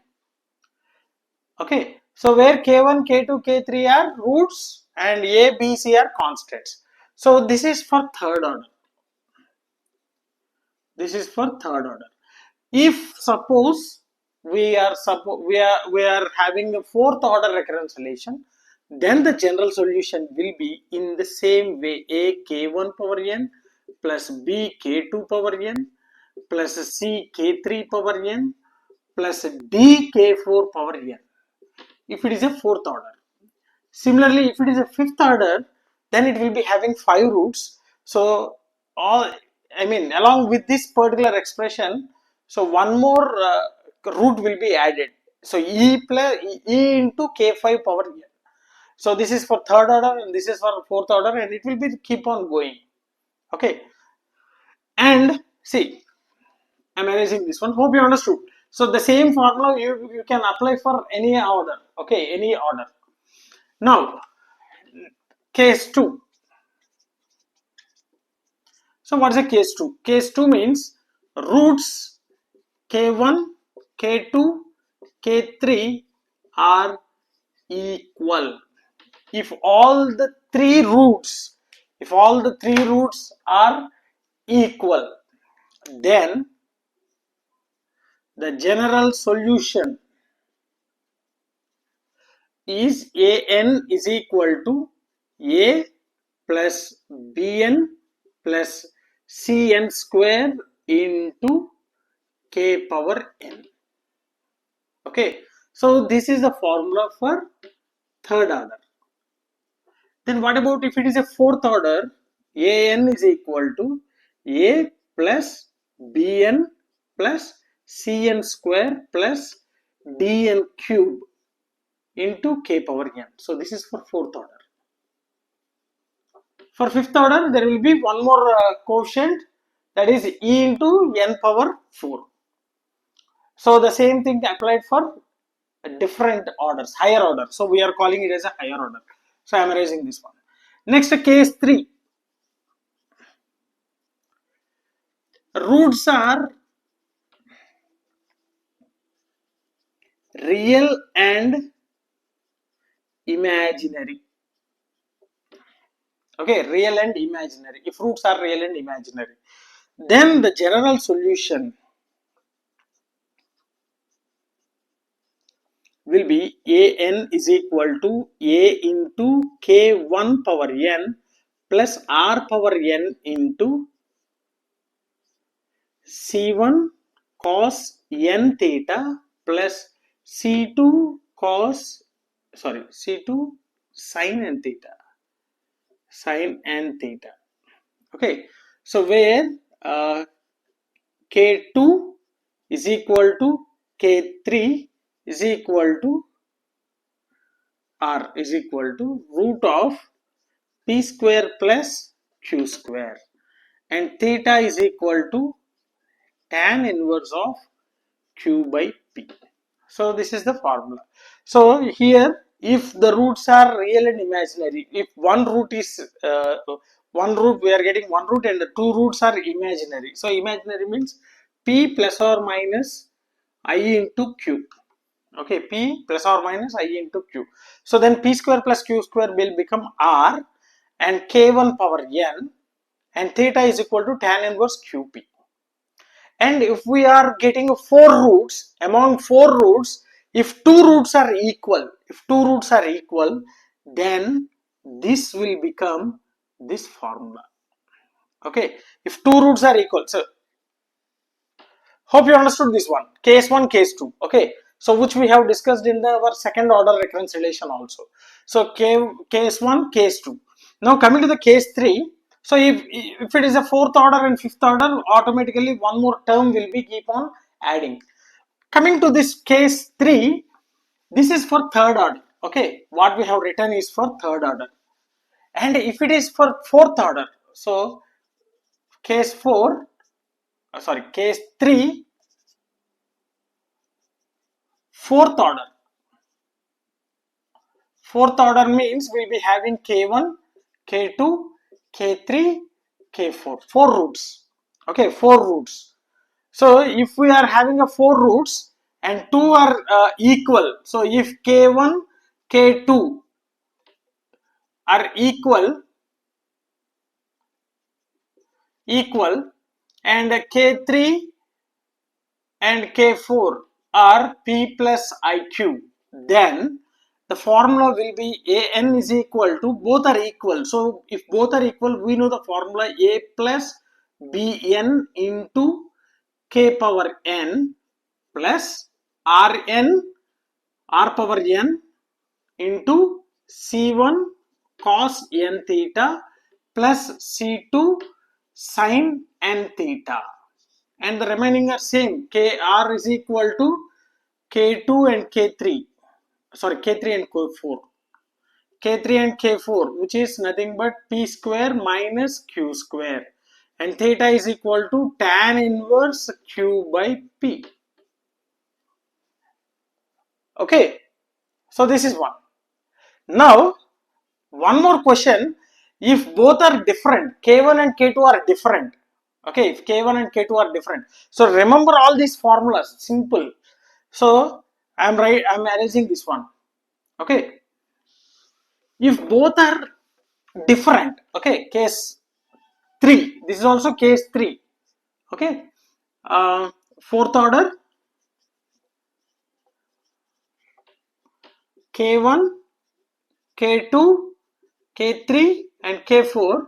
So K1 not equal to K2 and K3 and K4 is equal to P plus IQ. If the roots are in this way, okay, if roots are in this way, then the formula will be AN is equal to, both are different. So we know the formula for if roots are different, A into K1 power N plus B into K2 power N plus R power N into C1 cos N theta plus C2 sin N theta, where R is equal to K2 K3 K4 is equal to root of P square plus Q square, and theta is equal to tan inverse of Q by P.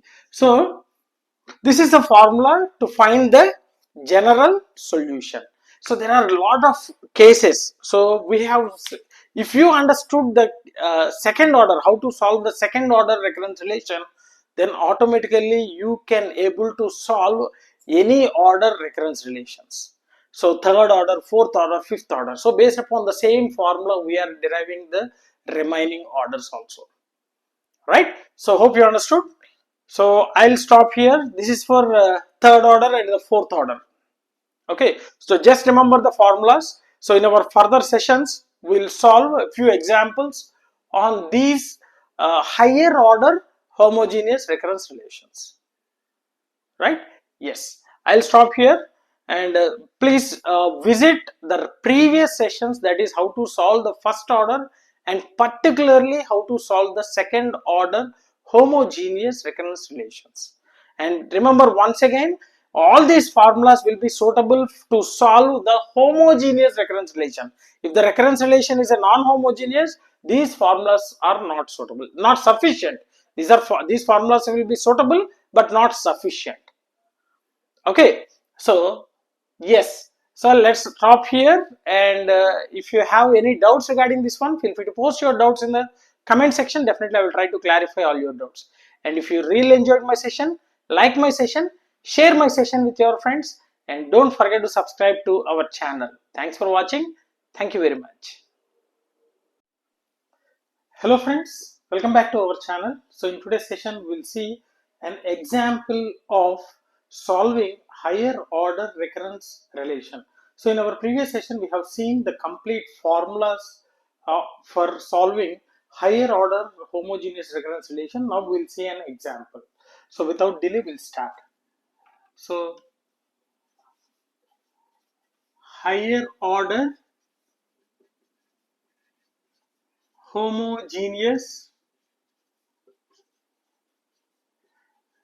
recurrence relation. So we'll take one example and we'll solve. So whatever, if the current term depends upon more than two previous terms, then we call it as a higher order homogeneous recurrence relations. So this can be either third order, fourth order, fifth order, and so on, right? So first we have to find which order the given recurrence relation is, and that many roots will be there. So first we have to convert into auxiliary equation, then we have to find out the roots, and based upon the roots we have to give the general solution. So let's take one example and solve that one, right? So let us take this example. An minus 6an minus 1 plus 12an minus 2 minus 8an minus 3. So first we need to find the order. So in order to find the order, what is the formula? So highest subscript minus lowest subscript. So from this, the highest subscript is n minus lowest subscript is n minus 3. So which is n minus n plus 3, which is equal to 3. So the given recurrence relation is of third order. So the number of roots is equal to 3, k1, k2, k3.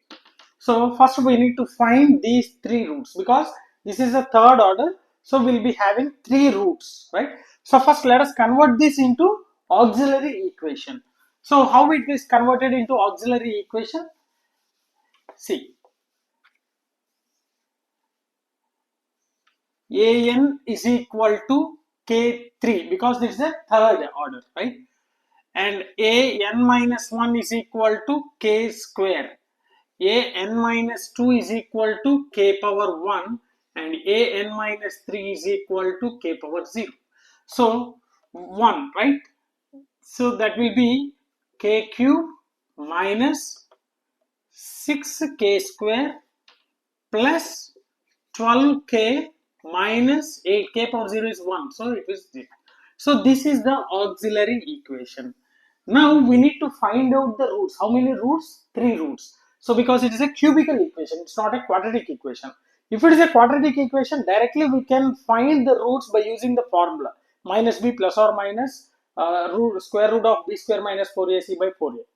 So by using that formula, we can directly find the roots. But here it is a cubical equation. That means it will be having 3 roots.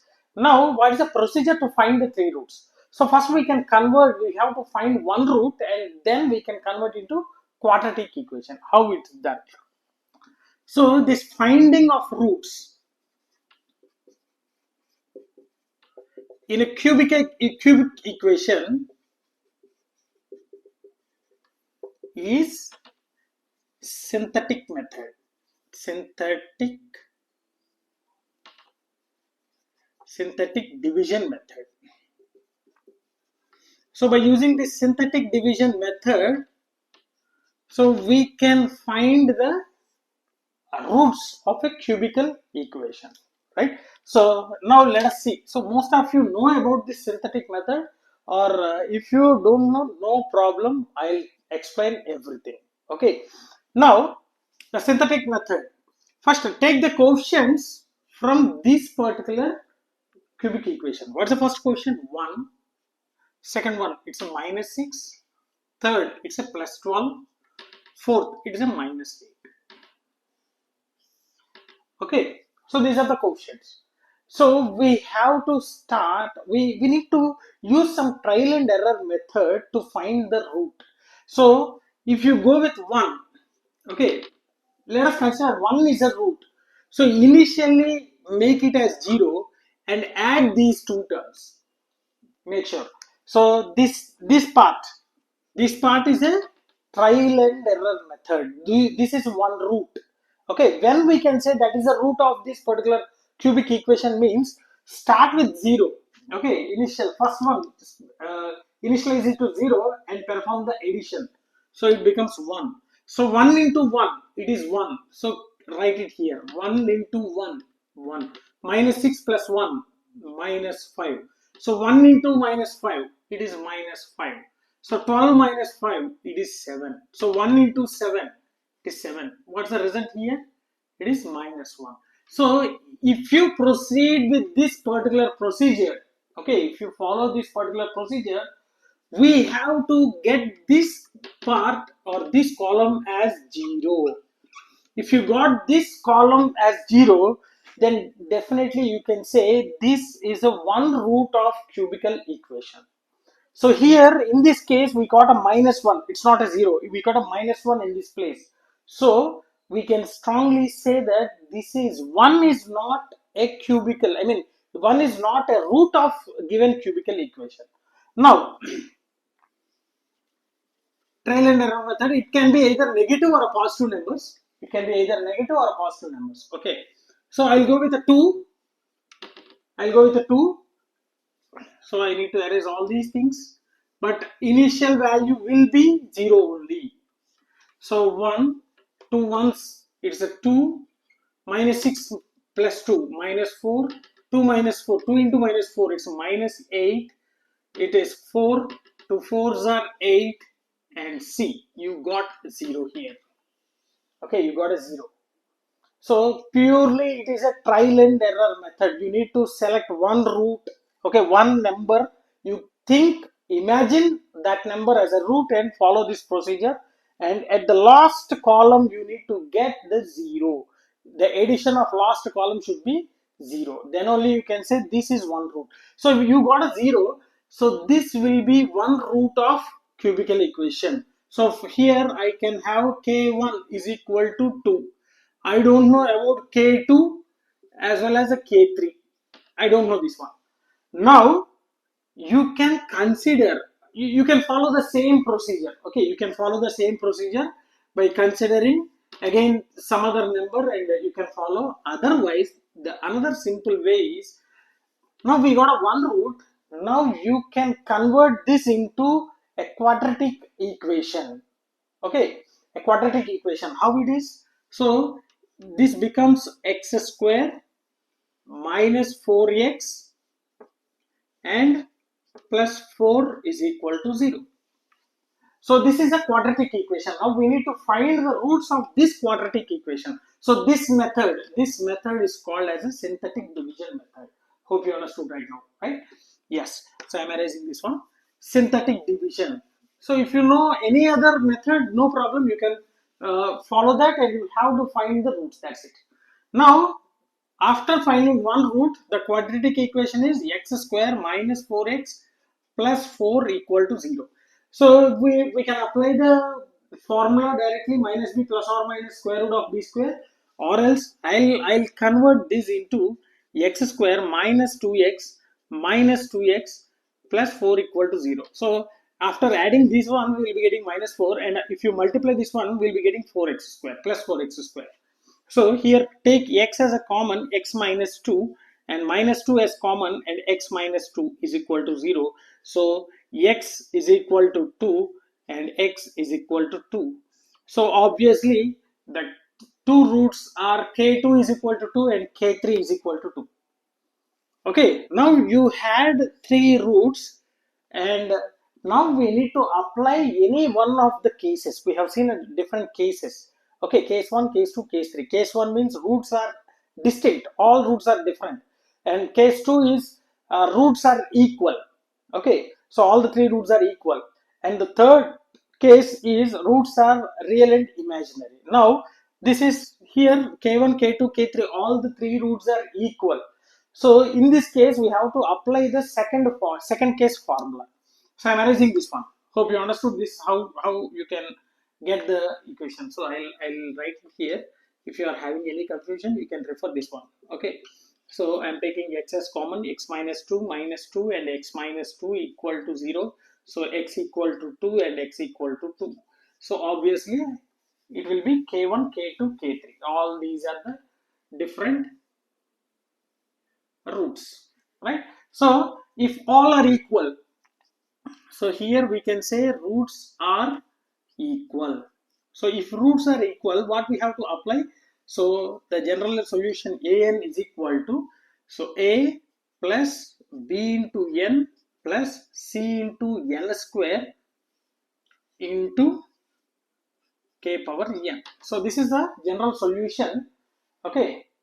So this is the general solution if all the roots are equal. Now you can apply, right? An is equal to a plus b into n plus c into n square. What is the k value? 2 power n. Okay.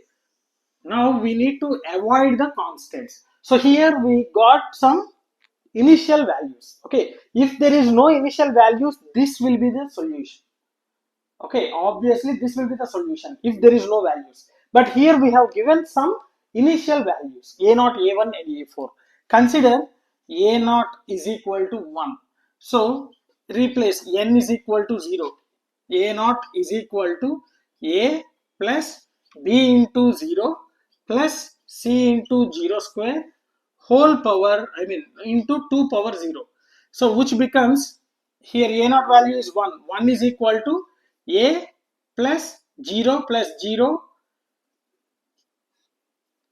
a plus 0 plus 0 into 1. So 1 is equal to a. Okay. So obviously we can say it as a is equal to 1. So we had one constant 1. Okay. We had one constant 1. Now what we have to do? We have to apply a1 and a4 also. Okay. So in this a1 and a4, I am erasing this one. Hope you understood this synthetic division method, right? Yes. So I'll use n is equal to 1. a1 is equal to a plus b into 1 plus c into 1 into 2 power 1. That becomes, what's the a1 value? It's a 4. 4 is equal to a value. A value is 1. So 1 plus b plus c into 2. So 4 is equal to 2 plus 2b plus 2c. So 2b plus 2c is equal to 2. Okay. So from this we can say it as b. Okay. So just leave it. Next, n is equal to 2. N is equal to 2. a2 is equal to a plus b into 2 plus c into 4 into 2 power 2. So which becomes a value 1 plus 2b plus 4c into 2 square. That means a 4. a2 value is 28. Okay, a2 value is 28. So here it becomes, so 4 7 is equal to 1 plus 2b plus 4c. So 2b plus 4c is equal to 6. So this is one more equation. So this is one more equation. Okay. So we got our two equations with b and c. So from these two equations, we can find the values of b and c values. Okay. Yes. So 2b plus 2c is equal to 2. 2b plus 4c is equal to 6. So apply the subtraction. So this is cancelled, and minus 2c is equal to minus 4. Okay, so the c is equal to 2. C is equal to 2. Right? Hope you understood. From these two equations, we are solving, right? We are subtracting that. We are subtracting one from another. So obviously the b part will be cancelled, and this becomes minus 2c, and this becomes minus 4. So c becomes 2. Now you can apply in equation 1 or equation 2. So let it be applied in here. 2b plus 2 into c is 4 is equal to 2. So 2b is equal to 2 minus 4 minus 2, and b is equal to minus 1. Okay. Now the constants. The constants are a is equal to 1, b is equal to minus 1, c is equal to 2. These are the constants, and also k is equal to 2. All these are the constants we find, right, by solving these equations. Now we know the general solution is this one. So simply apply the constants and a k value in this particular equation. So I will erase this one. Okay, I'll erase this one. So the general solution is an is equal to a means 1 plus b into n. So minus 1 into n plus c 2 into n square into 2 power n. So this is the formula. This is the general solution. An is equal to 1 minus n plus 2n square 2 power n. So this is the general solution for this particular equation, right? So yes. Okay, so hope you understood this one. So in the same way, we have to solve any higher order recurrence relation, right? Yes. So let's stop here, and hope you enjoyed the session. And if you are having any queries regarding this one, feel free to post your doubts in the comment section. Definitely I'll try to clarify all your doubts. And if you really enjoyed my session, like my session, share my session with your friends, and don't forget to subscribe to our channel. Thanks for watching. Thank you very much. Hello friends, welcome back to our channel. So in today's session, we'll discuss one more example in solving higher order recurrence relations. So in our previous session, we have seen the higher order homogeneous recurrence relation, one example in that, and now we'll solve one more example. So this is the question. So an plus an minus 1 minus an minus 2 minus 12 an minus 3 is equal to 0 where n greater than or equal to 3 and given some initial cases. So first step, we have to check whether it is, the order of that particular given recurrence relation, given equation. So what is the order? So highest subscript n minus the lowest subscript n minus 3, which becomes n minus n plus 3, which becomes 3. So this is a third order recurrence relation. So this is a third order recurrence relation. Now we have to check whether the given relation is in third order, because for any third order, the n value should be greater than or equal to 3. So obviously in the question itself we have given some n is equal to greater than, n greater than or equal to 3. Yes, that is in third order. Now the next step, we need to form the auxiliary equation. So here what we have to do, an should be replaced with a third order. So it is a cube, an minus 1 with k square, and an minus 2 with k, and an minus 3 with k power 0. Okay, now use the same thing.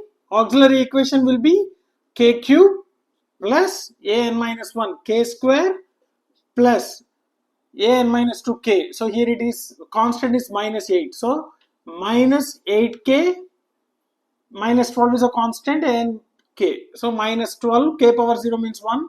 So that becomes 0. So this is the auxiliary equation. So we had an auxiliary equation. So this is a cubical equation. If it is a quadratic equation, directly by using the formula minus b plus or minus square root of b square minus 4ac by 2a. So we can get the roots. But it is a cubical equation. So for any cubical equation, we can follow the synthetic division method. In our previous session, we have explained that synthetic division method. So I'll post the link in the description. So go through the first example so that you will be knowing Clearly, what about the synthetic division? So now also we'll use, write down all the coefficients of this equation. Okay, this is a cubical equation. Write the coefficients. So coefficient of k cube is 1, coefficient of k square is 1, coefficient of k is -8, coefficient of k power 0 is -12. So by trial and error method, we can consider the initial value as a root. So I'll consider 1 as a root. Okay, 1 as a root. So start with 0. So add these two things, 1 plus 0, it is 1. Multiply these two things. Okay, so this should be addition, this should be multiplication. So 1 into 1, it's 1. Addition, it's 2. 1 into 2, it's 2. Minus 6. 1 into minus 6, it is a minus 6. So it becomes minus 18, which is not 0. So we can say 1 is not a root. If you got this particular position as 0, then we can say this particular value as a root. But here we are getting minus 18, so 1 is not a root. Now, just by trial and error method, we'll be going with another number 2. Let us check. The initial value is 0 itself. 1, 2 into 1, it's 2. 1 plus 2, it is 3. 2 3s are 6. It's a minus 2, it will be minus 4. Okay, so you can observe, if you go on, if you keep on going with the numbers, so we are getting here the negative number, but we'll be getting 0 if it is a positive 12. Okay, see, for example, let us take 16. So this is not valid. If you consider 3, what I said means we have to use a trial and error method. So here instead of 2, I am taking 3. 1, 3 ones are 3. It will be 4. 3 fours are 12. So what happens? It is minus 8 plus 12. It is 4. 3 fours are 12. Yes, we got it. Okay, yes, we got it. So by using 3, we are getting the result as 0. So obviously we can have 3 as a 1 root. 3 as 1 root. So because, see, what happened means, if you are not getting with the positive numbers, you can also try with the negative numbers, because the roots may also be negative number. But here luckily we got 0 if the root is 3. So this part is 0, then we can say the k1 is equal to 3. K1 is equal to 3, right? Yes. Now you can follow the same procedure. But you can also convert into a quadratic equation and you can find it. So this can be converted into quadratic like x square plus 4x plus 4 is equal to 0. So from here we can write this one, x square plus 2x plus 2x plus 4, okay, is equal to 0. Now you can simply take x as a common, x plus 2 plus 2 as a common, x plus 2 is equal to 0. Then obviously x plus 2 is equal to 0 and x plus 2 is equal to 0. Then it becomes a minus 2, it becomes a minus 2. So the other roots are k2 is a minus 2 and k3 is also minus 2. Okay, so hope you understood. So in order to find the roots of any cubical equation, you can first you can use this synthetic division method. So by taking the values randomly, okay, trial and error method, we can check whether this value is a root or not. If the last position value we get 0, then obviously we can say the taken value is a root. So here we got a root. And what about the remaining 1, 4, 4? So simply create one equation, auxiliary equation. Now it becomes a quadratic equation. So directly you can use this method, or you can also use the quadratic roots of quadratic equation formula, right? So finally we got a k1, k2, k3 as a values, right? So you can observe. So now we have to select the cases. What is the first case? First case is, I'll write here. Case 1 is distinct. That means all the 3 roots are different. Case 2 is equal. So if all the roots are equal. Case 3 is imaginary. Roots are complex and imaginary, right? So this is not, we are not able to use this one because roots are not imaginary. So here the roots are, two roots are equal and one root is different. Okay, two roots are equal and one root is different, right? So not completely this one, not completely this one. So if it is distinct, all the three roots should be different. If this is the case, we have to follow all should be equal. But this is a combination. This is a combination. So how we can write? We have to combine case 1 and case 2 and get the formula. Okay, you have to write down the formula, right? Because here among three roots, two roots are same and one root is different. So what is a distinct formula? I'll write the formula here. For the distinct formula, what is the formula here? Distinct formula, a into k1 power n plus b into k2 power n plus c into k3 power n. And equal formula, a plus b into n plus c into n square into k power n.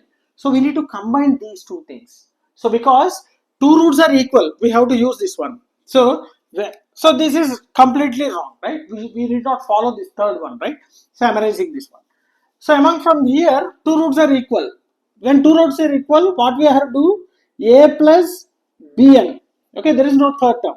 Into k1 power n. So let it be k1 or k2 or k3. Whose roots are equal. Okay. Plus, what is the difference? Third, I mean, if the roots are different, this formula. What is it then? C into k power 3. So, C into k3 power n. So, let us take this as without any confusion. Okay, you can take anything. So, without any confusion, k1 is equal to k2 is equal to minus 2 and k3 is equal to 3 because the roots are 3, minus 2 and minus 2. Now, this is the general solution we need to find out for given recurrence relation. Hope you understood. So, this is a case we will be getting in higher order recurrence relation. So, such type of things we will not get in second order or a first order. So, we'll face the same kind of problem in the higher order recurrence relation. So, based upon the roots, we have to create a formula. We have to define the general solution formula. Okay, so here once again I am repeating, here two roots are equal, one root is different, so we are combining these two cases and we are defining the general solution. So now we have to find out the constants, whatever the constants. Here what are the constants? A, B, K, C, K3. We know that K1, K2, so it can be either K1 or K2, okay, because both are equal. So we need to find A value, B value, K value, K1 value, C value, K3 value. We know already K1 and K3. We need to find out A, B and C and then substitute this in this particular formula. I highlight the formula here. An is equal to A plus b into n into k1 power n plus c into k3 power n. So I am erasing all these things. So we know k1 is equal to k2 is equal to minus 2 and k3 is equal to how much? 3. Yes. So I am erasing all these things because we need to solve the equations to find the constants. Okay. Now see, this an is equal to, what is the formula here? A, we don't know A value, plus b into n into, what is the k1 value? Minus 2 power n plus c into k3 value 3 power n. So this is the formula. Okay, so we know the initial conditions. Okay, initial conditions, a not equal to 1. Let us take a not equal to 1, so n is equal to 0.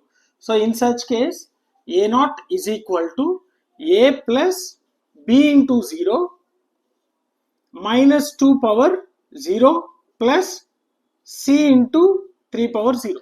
So it becomes 1 is equal to, so this becomes 1, this becomes 0. So a plus C. A plus C is equal to 1. Okay, so I'll write this one as A plus C is equal to 1. So this is the first equation. Now let us take A1 is equal to, what is the value? 5. So n is equal to 1. Now it becomes A1 is equal to A plus B into 1 minus 2 power 1 plus C into 3 power 1. So it becomes A1 value, it's a 5. So I'll write the expression on left side and the value of A1 on right side. So minus 2A minus 2B plus 3C is equal to A1 value. What is A1 value? It's a 5. So this is the value we are getting. Next, A2 is equal to how much? 1. So n is equal to 2. So A2 is equal to A plus B into 2 minus 2 power 2 plus C into 3 square from this. So now we will write minus 2 square. Yes, minus 2 square means 4. It will be 4A plus 8B plus 3C is equal to how much? 1. Okay, minus 2 power 2. So here we are getting K1 as minus 2 power 2, which is 4. 4A plus 8B plus 3C is equal to 1. So this is a 1 more. Right? Now, we need to find the values of A and C, A, B, C. So from this part, we can write A is equal to 1 minus C. So substitute. So let it be, this is a equation 1. Okay. Now substitute equation 1 in okay, substitute A value in, let it be 1, let it be 2, let it be 3. So in 2 and 3 we'll be getting two expressions. So first I will substitute A in 2. So minus 2 into, what is the value of A here? 1 minus C minus 2B plus 3C is equal to 5. Expand this one, minus 2 plus 2C minus 2B plus 3C is equal to 5. So it becomes 2C minus 2B plus 5C is equal to 5 plus 2, it will be 7. So one equation we got it. Let it be, it is 4. Similarly, substitute A value in 3.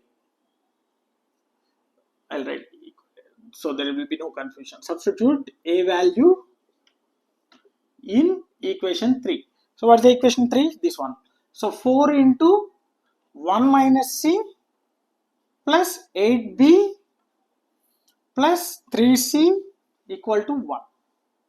Now 4 minus 4C plus 8B plus 3C is equal to 1. So what becomes? Minus 4C. So it will be 8B minus 4C plus minus C is equal to 1 minus 4. It will be minus 3. Okay. Hope you got it. 8B minus C is equal to minus 3. So this will be the equation 5. Now we need to solve 4 and 5. Okay, we need to solve 4 and 5. So what is the 4? Here we are having 8B. So we can multiply 4 with 4.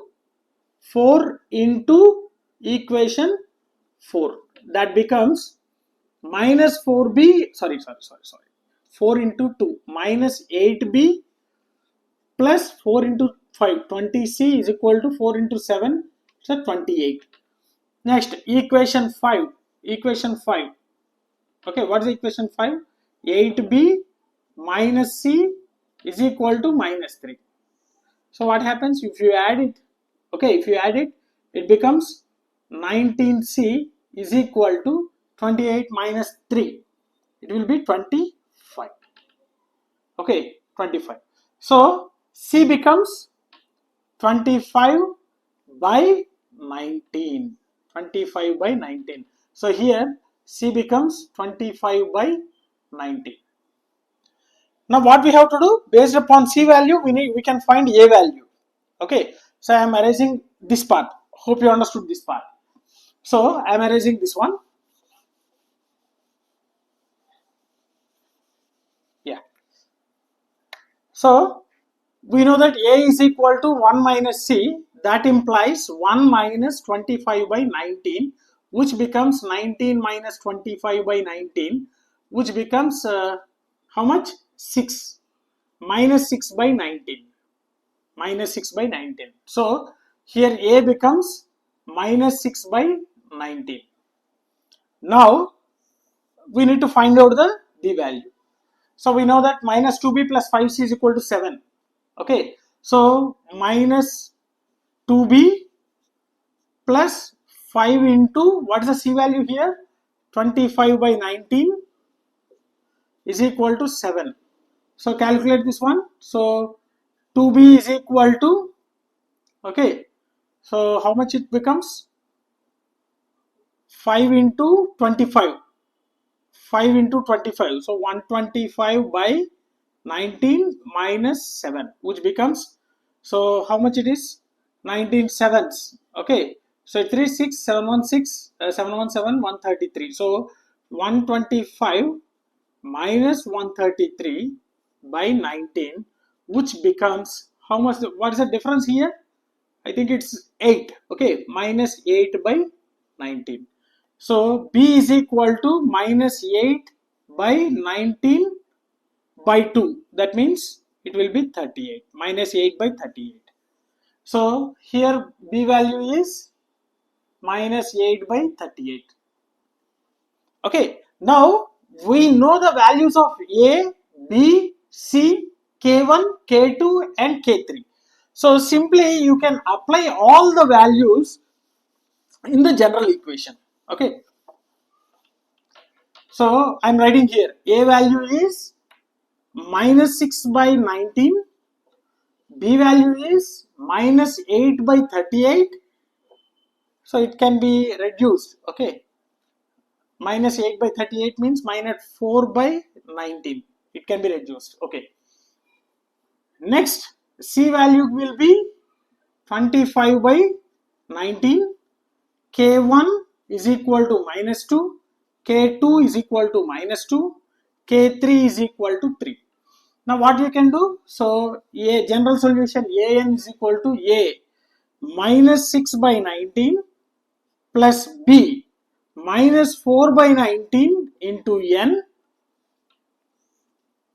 K1 minus 2 power N plus C.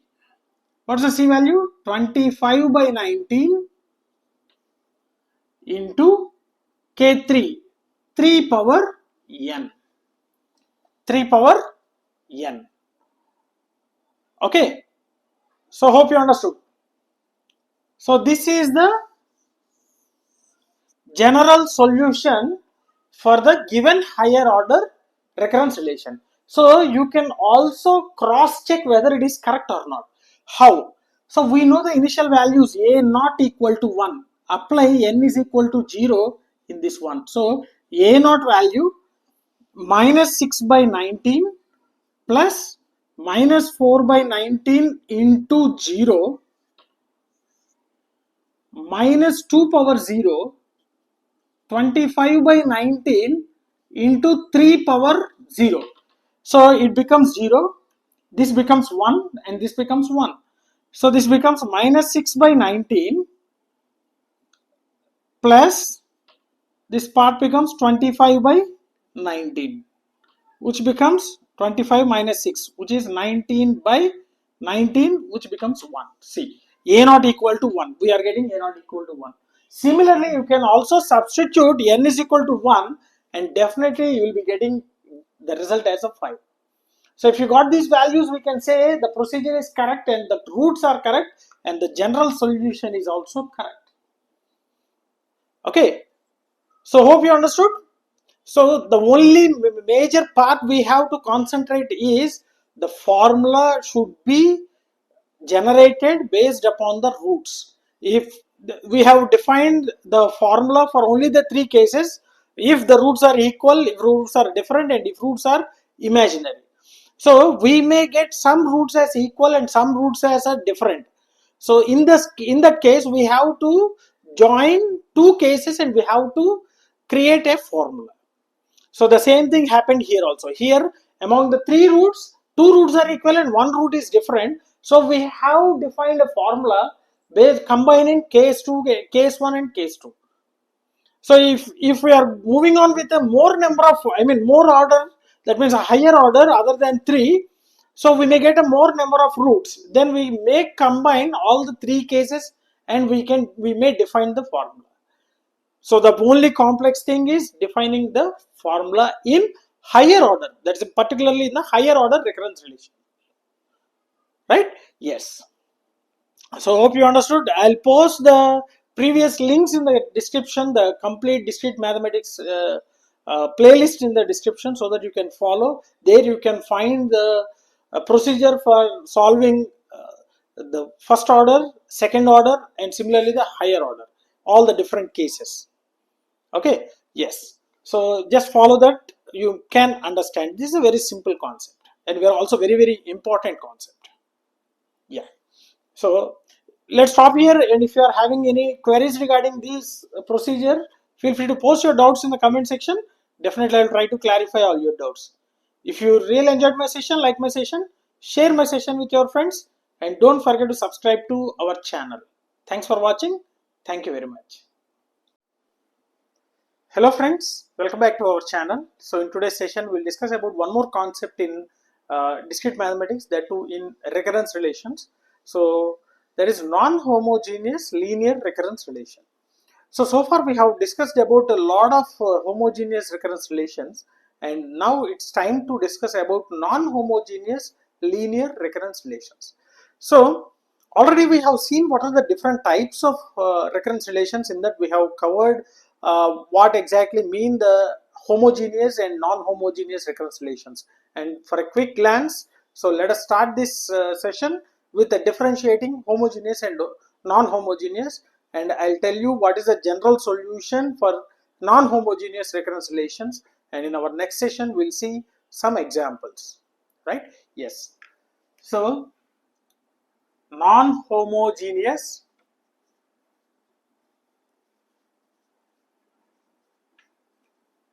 linear, so both are linear, okay, recurrence relations. So here also some sort of relation will be given, and we need to find the general solution for the given recurrence relation, but the only difference is non-homogeneous. Now let us see a quick glance of non-homogeneous. So homogeneous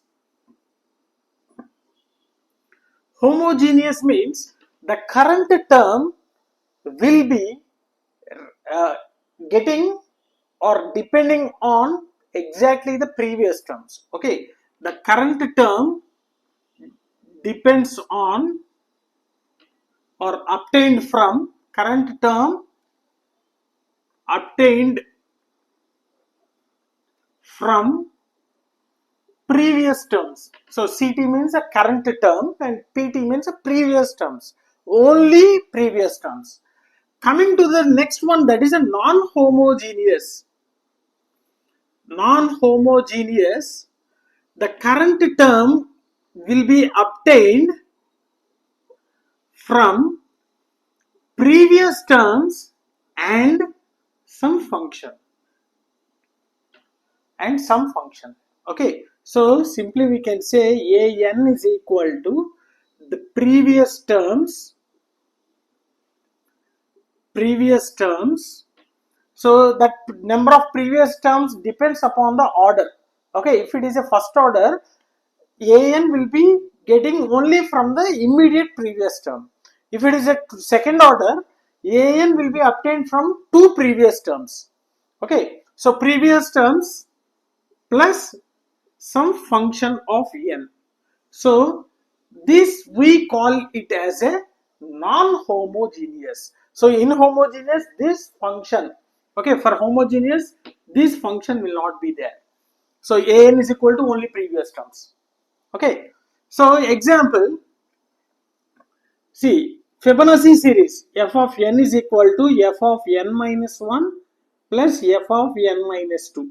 So this particular term will be getting by the addition of two previous terms. So completely this term depends upon the previous terms. So that's why we are calling it as a homogeneous, because we are not using any other function other than the previous terms. So this is a purely homogeneous. For example, if function of n depends upon f of n minus 1 plus f of n minus 2 plus n, if the relation is in this way, for example, if the relation is in this way, now this is a current term, so we will be getting the current term with the addition of previous two terms and the n. So n doesn't belongs to the previous terms. Okay, n doesn't belongs to the previous terms. So such type of relation we call it as a non-homogeneous. Here n can be there, okay, or some constant, some 3 can be there, some n square, 4n, okay, so 3 power n. So all these kind of terms doesn't depends upon the previous terms. Okay, these are independent, completely independent. So here f of n minus 1 and f of n minus 2 are the previous terms. So if the relation is in this way, that means addition to the previous terms, there is some other term which is independent to the previous term, then we can call it as a non-homogeneous. So first step what we have to do while solving any kind of recurrence relation is, we have to check whether it is a homogeneous or non-homogeneous. So there is a different approach. Okay, now we'll see the non-homogeneous. What is the general solution of non-homogeneous linear recurrence relation? So everything we are solving the linear equations itself, right? So general solution, the general solution for non-homogeneous recurrence relation is an is equal to, okay, an of h plus an of p. So this is the formula. This is the formula where an of h is general solution of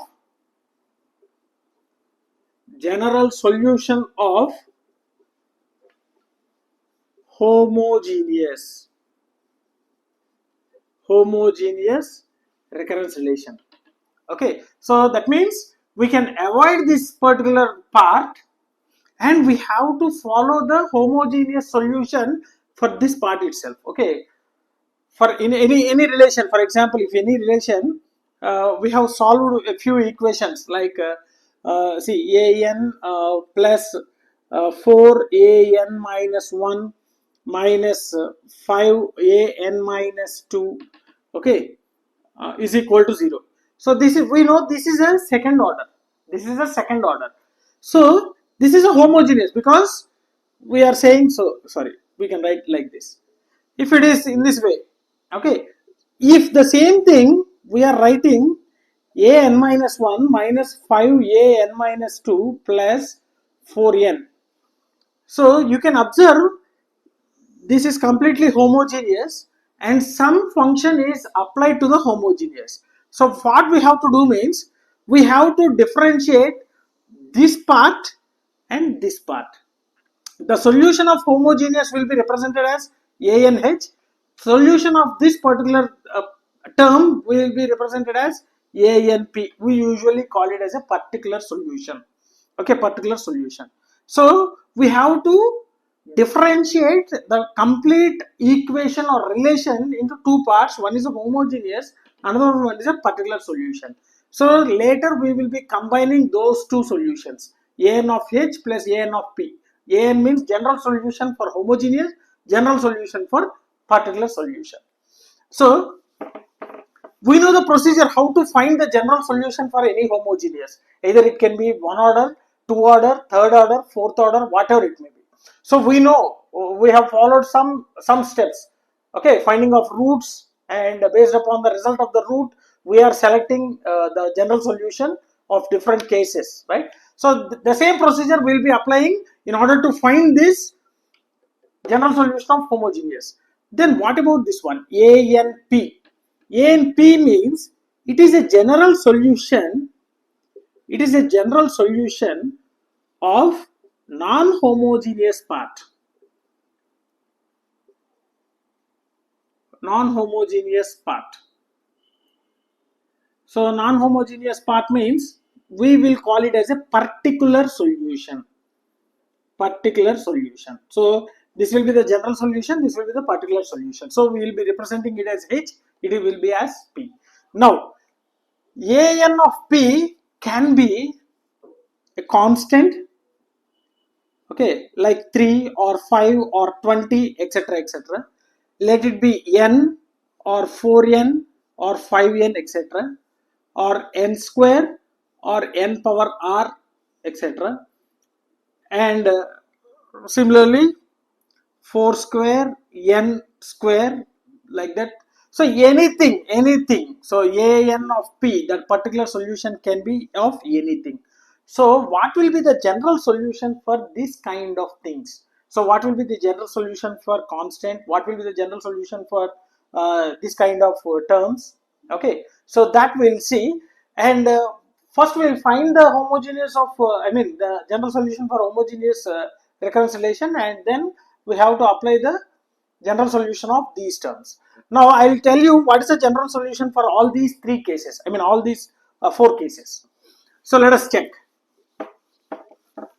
So always remember, now we are concentrating on AN of P. AN of P. Okay. AN of P, and here it is general solution. Okay. If it is a constant, the general solution will be represented as A naught. There is no n value or x value or y value, A naught. Then if it is n, then it becomes A naught plus A1 into n. If it is n square, then it becomes A naught plus A1 into n plus A2 into n square. If it is constant power n, then it becomes A naught into R power n. If it is R power n and n power t, okay, then it becomes R power n into A naught plus A1 into n plus A2 into n square plus and so on At into n power t. Okay, so this is the table we have to remember. If the non-homogeneous part, that means if the particular solution is in these formats, automatically you can directly take the general solution of this format. So we need to find out the constants, A0, A1, all these constants we have to find out, and then we have to apply in the general solution. Hope you understood, right? So the same procedure but with a little difference. Okay, if it is a homogeneous, we will be not having this AP of n. Okay, we will be only calculating this an of h, that means homogeneous. But if it is a non-homogeneous, there will be some function applied. If the function is one among these cases, we have to apply the corresponding general solutions, right? Yes. So hope you understood. After applying this one, then we have to apply the initial conditions in order to find the constants. Okay. Yes. So no, don't worry. Just remember these general solutions for non-homogeneous linear recurrence relations, and we'll solve one problem in our next session. Okay. Yes. So I'll stop here. If you are having any doubts regarding this one, feel free to post your doubts in the comment section. Definitely I will try to clarify all your doubts. And if you really enjoyed my session, like my session, share my session with your friends, and don't forget to subscribe to our channel. Thanks for watching. Thank you very much. Hello friends, welcome back to our channel. So in today's session we'll see a problem on a non-homogeneous linear recurrence relations. In our previous sessions we have solved a few examples on homogeneous linear recurrence relations in the first order, second order and a higher order. So in similar way we'll solve a problem of non-homogeneous. So why we are calling it as a non-homogeneous means the current term will always depends upon the previous terms and some sort of function. So let us take this example, an minus 5 an minus 1 plus 6 an minus 2 minus 2 is equal to 0. So what is the order of this one? So obviously the highest subscript is n and lowest subscript is n minus 2, which becomes n minus n plus 2, which becomes 2. So that will be the second order. So obviously n should be greater than or equal to 2 if it is a second order. Yes. So it satisfies. Now what we have to do? So you can observe, so this relation can be written as an is equal to 5an minus 1 minus 6an minus 2 and plus 2, right? And you can see this is a current term and this is a previous term and this is a function. So this is function, this is a previous terms. So this is a current term. Okay, the current term will be depending upon the previous terms as well as some function. So this doesn't depends only on these previous terms, but it also depends upon some function. So this function can be either constant or multiples of n or a powers of n, whatever it may be, that will be the function. So in this case, the general solution will be an is equal to an h plus an p, where h is the general solution of a homogeneous recurrence relation and ANP is a particular solution which is related to this particular function. So now you can divide this one in two terms. You can divide this with the two terms. One is AN minus 5AN minus 1 plus 6AN minus 2. And here it is a minus 2. So this is the homogeneous linear recurrence relation and this is f of n. So we know the procedure to solve the homogeneous linear recurrence relation. First we need to convert this into the auxiliary equation. So the auxiliary equation becomes k square minus 5k plus 6 equal to 0. So now we need to find roots of this particular thing. So k square minus 3k minus 2k plus 6 equal to 0. So if you add this one, we'll be getting minus 5. If you multiply this one, we'll be getting 6k square. Yes. So the k, take k as a common, k minus 3 minus 2 as a common, k minus 3 equal to 0. So the k values will be 3 comma 2. So let it be k1 is equal to 3 and k2 is equal to 2. And now what is the general solution for this one? The general solution for this one is ANH is equal to, so here the roots are different, totally different. So that can be written as A into k1 power n plus B into k2 power n. So this can be written as ANH is equal to A into, what is the k1 here? 3. So you can also consider it as a 2. Okay, no problem. Plus B into k2, 2 power n. So this is the general solution for this particular homogeneous. Now what is the general solution for this function? So we have seen some table in our previous session. So if the function is a constant, then it will be a naught, and if it is with a multiple of n, then it will be a naught plus b1 into n, right? So like that we have seen a table of general solutions depending upon the function. So here it is a constant. So general solution ANP will be become, the general solution will be becoming it as a naught. Okay, general solution is a naught because of a constant. Okay, if it is a multiple of n, then the general solution might be different. So now substitute this an value in this particular equation. So let it be, this is a equation 1. So substitute an in equation 1. So wherever we are having an, we'll be taking a naught. Wherever you are having n minus 1, so it's a constant, again we can use it as an a naught itself. If it is a multiple of n, we need to change it as n minus 1, right? So what happens here? A naught minus 5 a naught. So this is a constant, so I'm using only a naught. If the value of n is n or n minus 1 or n minus 2, the general solution will be the constant itself, so it doesn't change. So 5 a naught plus 6 a naught minus 2 is equal to 0. So from this equation you can solve. So 7 a naught minus 5 a naught is equal to 2. So that becomes 2 a naught equal to 2. So a naught becomes 1. A naught becomes 1. So obviously we can say a and p, that particular solution is 1. Particular solution is 1. So this is a general solution, right? This is a general solution, so which is represented as a and p. So obviously a and p becomes 1 because it is a naught. Okay, it becomes 1. Now, what is the general solution for the complete or non-homogeneous linear reconciliation, which is the addition of both homogeneous and a particular solution? So this becomes,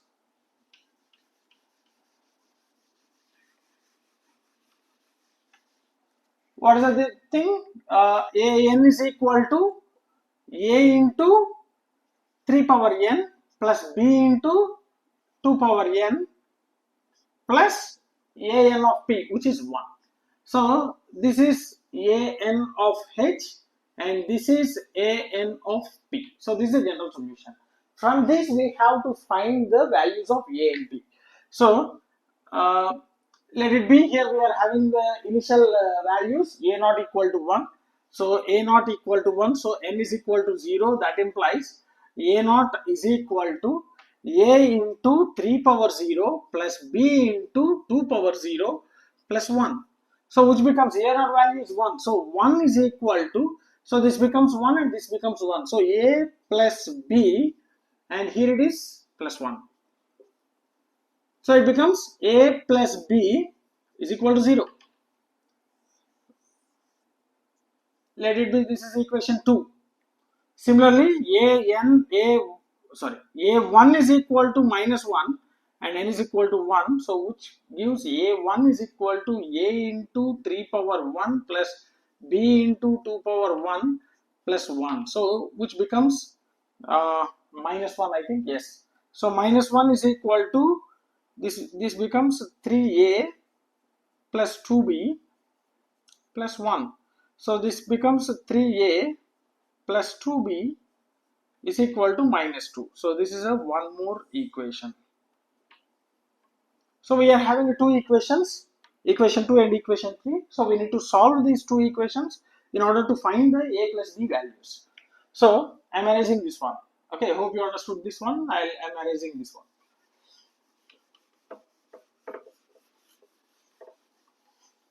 So here what happens? Here you can take multiply the equation 1 or equation 2. Multiply equation 2 with 2. Okay, what happens here? Equation 2 with 2. So 2a plus 2b is equal to 0. 2a plus 2b is equal to 0. Now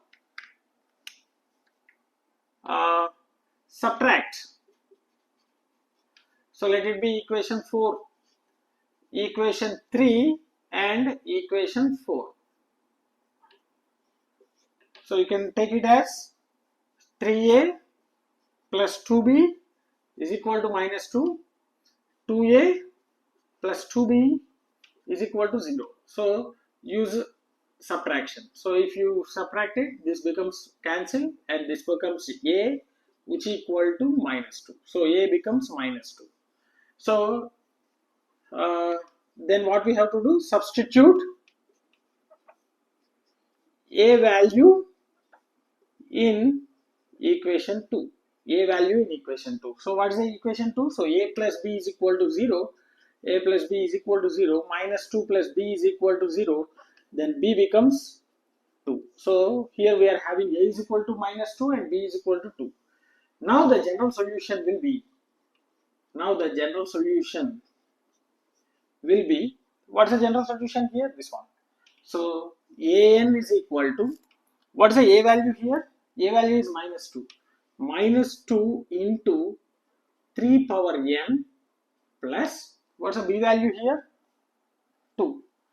2 into 2 power n plus 1. Okay. So this is the general solution. An is equal to, so minus 2 into 3 power n, that means a value into 3 power n plus 2 into b value into 2 power n, 2 into 2 power n.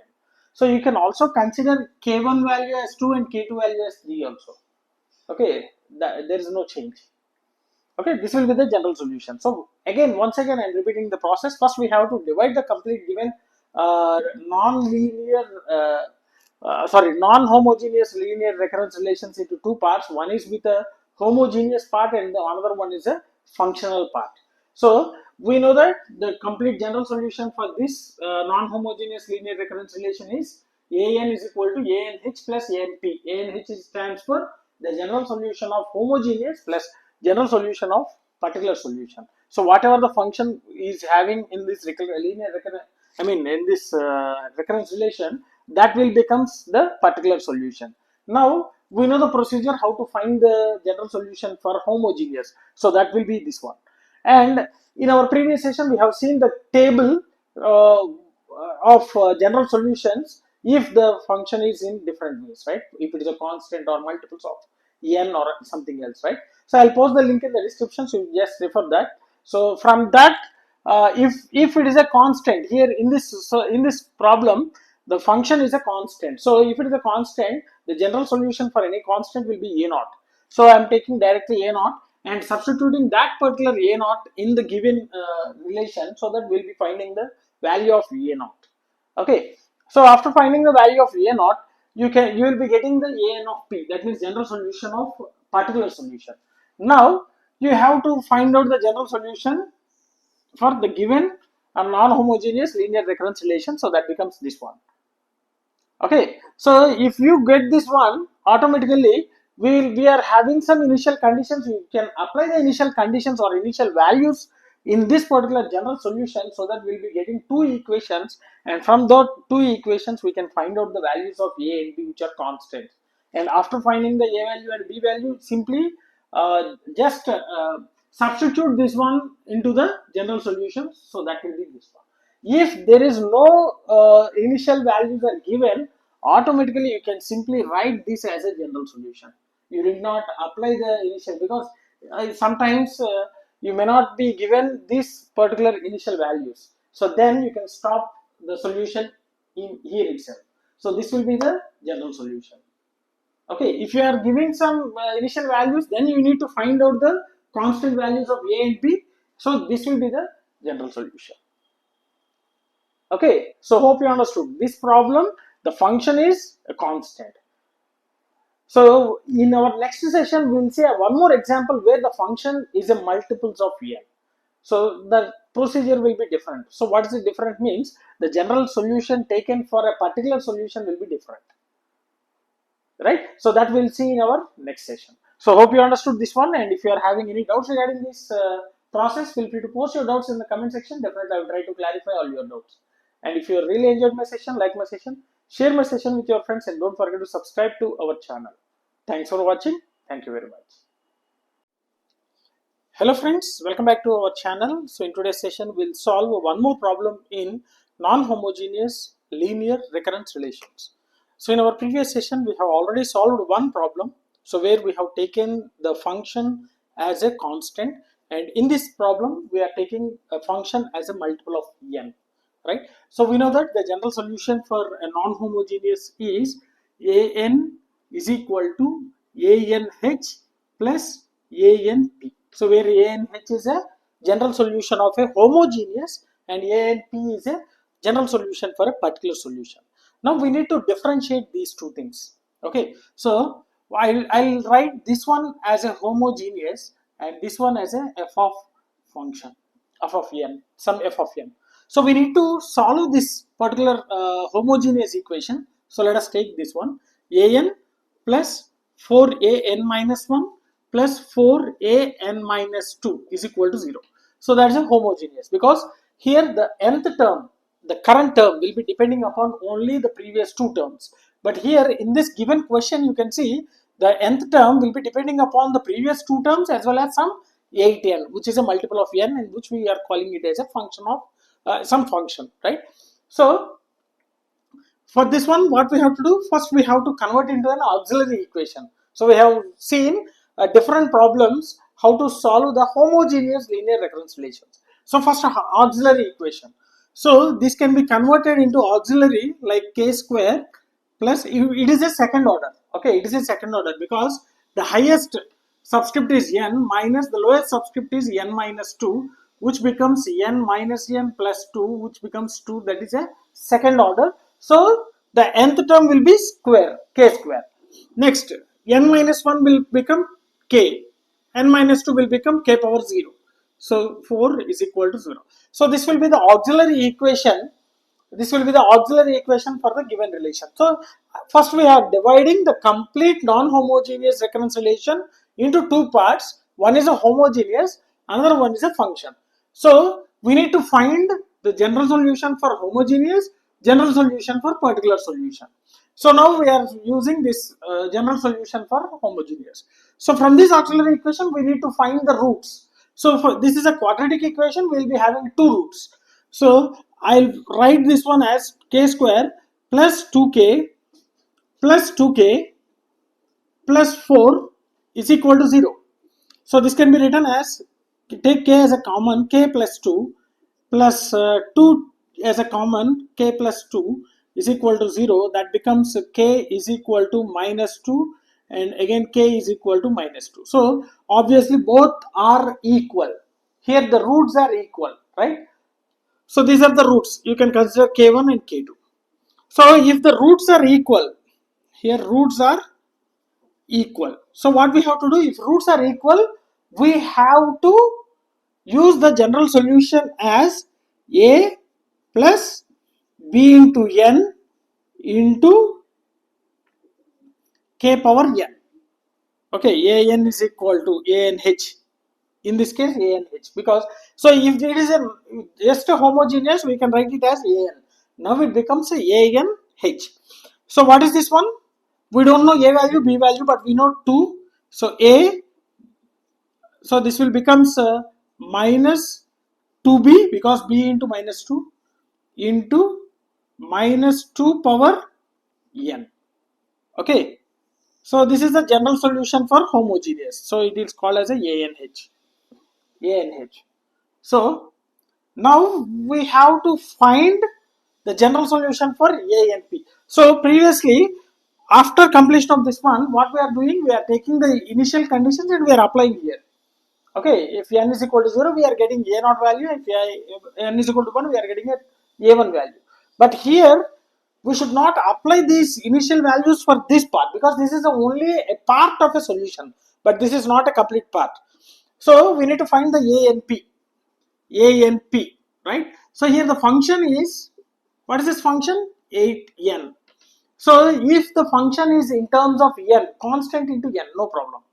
Then the A and P, the general solution will be a naught plus a1 into n. Okay, if we have seen what are the general solutions for different functions, right? So I'll post the link in the description, so you just go through that. So from that table, so a n p is equal to a naught plus a1 into n. Now let it be, this is an equation 1.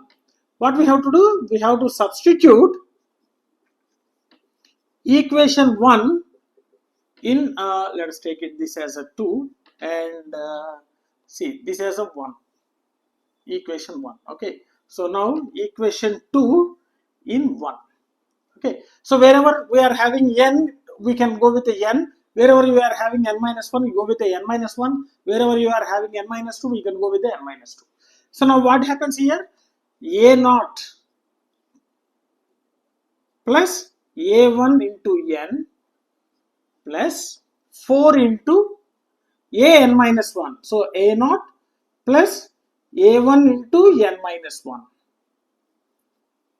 Okay, plus 4 into n minus 2, an minus 2. So a naught plus a1 into n minus 2. Okay, is equal to 8n. Now just solve this one. A naught plus a1 into n plus 4a naught plus 4a1 into n minus 4a1, okay, plus 4a naught plus 4a1 into n minus 8a1 is equal to 8n. So just I have expanded this one. Okay, so I am closing this one. I am erasing this one. I'll write this one here itself. A n into h. It becomes a minus 2b into minus 2 over n. Yes, I am erasing this one. So what we have to do? We have to solve this one. So after this one, you can see a naught, 4a naught and 4a naught. So that becomes 9a naught plus a1, 4a1, 5a1, 5a1 into n, and see this one,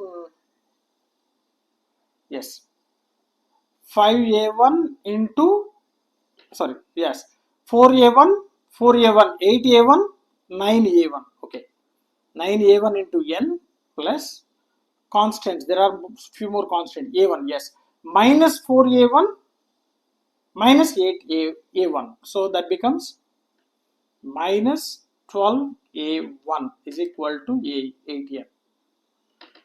Okay, so I am writing the same thing here, 9a naught plus 9a1 into n minus 12a1 is equal to 8n. So after solving this particular solution, we are getting this one. So you can differentiate the constants and the n terms. See, I'll write here 9a1 into n plus 9a naught minus 12a1 is equal to 8n. Now you can observe this is the nth part, okay, multiple of n, and this is a constant. So here on the right hand side you can have, this is a n part and you can write it as 0. So this is a constant. So this is a n part and this is a constant. This is a n part, this is a constant. You can equate, right?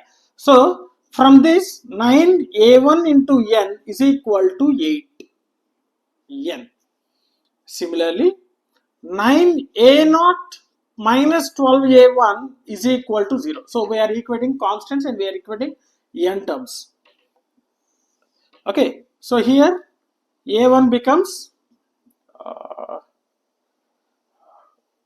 just wait,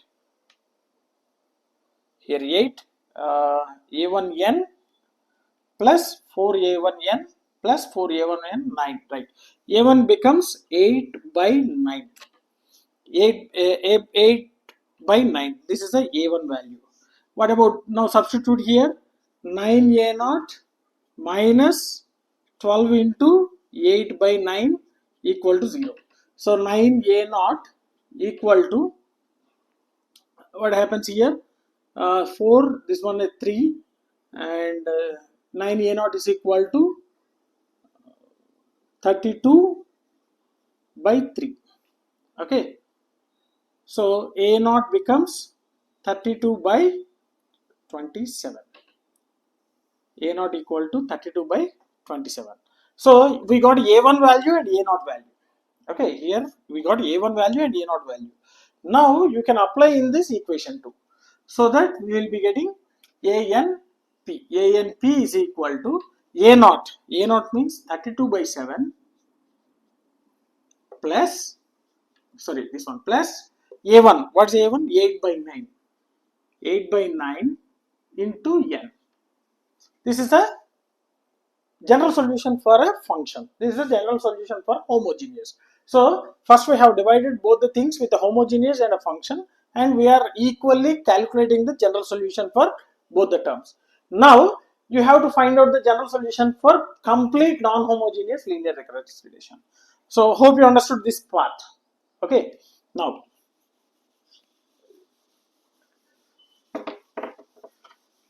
so till now we got the general solution for both the parts, that means homogeneous as well as the function.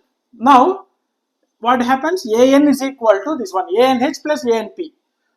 A minus 2b into minus 2 power n plus a and p, which is a 32 by 7 plus 8 by 9 into n. Okay, so this is the general solution. So if your question doesn't have these initial values, so this will be the result. But here we are having a0 and a1 values. So with that one, so let us take n is equal to 0. So a0 is equal to a minus 2b into minus 2 power 0 plus 32 by 7 plus 8 by 9 into 0. So what happens here? This becomes 1 and this becomes 0. So if this becomes 1, it becomes a minus 2b and a0 value is 1. Okay, plus 32 by 7.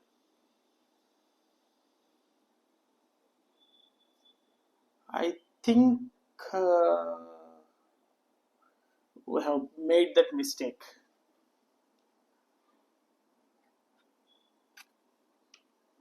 So for example, if it is k values are minus 2 and minus 2, and general solution will be an is equal to a plus b into n k power n, right? So here n, so we have substituted, unfortunately we have substituted 2 here. This will be n only. Okay, a plus n, a plus nb, a plus n into b. So n into b means here we can write it as a 0 into b. Okay, I'm extremely sorry for this. Plus enb. Hope you understood. So here we got two values. Roots are minus 2, minus 2. So the solution, the general solution will be in this way: a plus bn into k power n. So we don't know n value, we know only k value. So the general solution will be like this: a plus n into b minus 2 power n, minus 2 power n. So unfortunately, I have substituted n value also minus 2. Please correct it. Okay. Yes. Now you can see a0 value is 1. 1 is equal to a. This becomes 0. This becomes 1 plus this becomes 0. 32 by 9. So a value becomes 1 minus 32 by 9, which becomes 9 minus 32, which is a 23, I think. Yes. So a is equal to minus 23 by 9. So we got a value. Okay, minus 23 by 9. So 9 minus 32 divided by 9. 9 minus 32 is nothing but 23.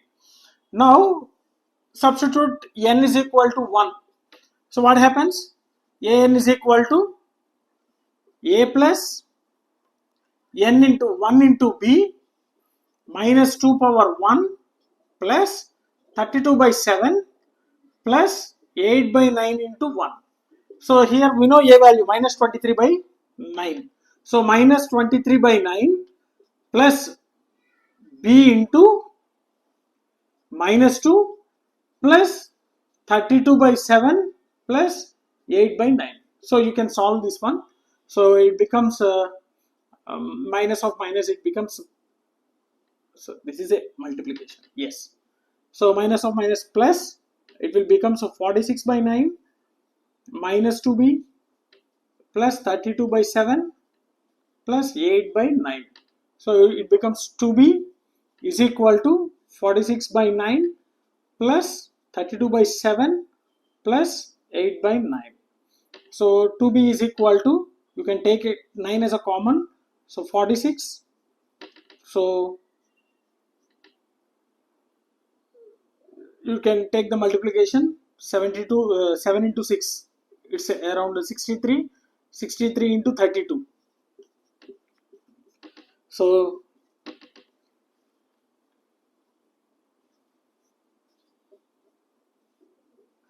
it becomes 2016 plus 8. So 2b is equal to, okay, what it becomes? So 46 plus 8, 54, and 2016, it becomes 0, 1, 7, 0, 2, 2070 by 9, which becomes b is equal to 2070 by 18.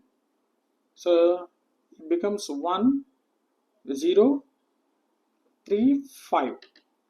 1035 by 9. So b value becomes, so a value becomes minus 23 by 9 and b value becomes 1035 by 9.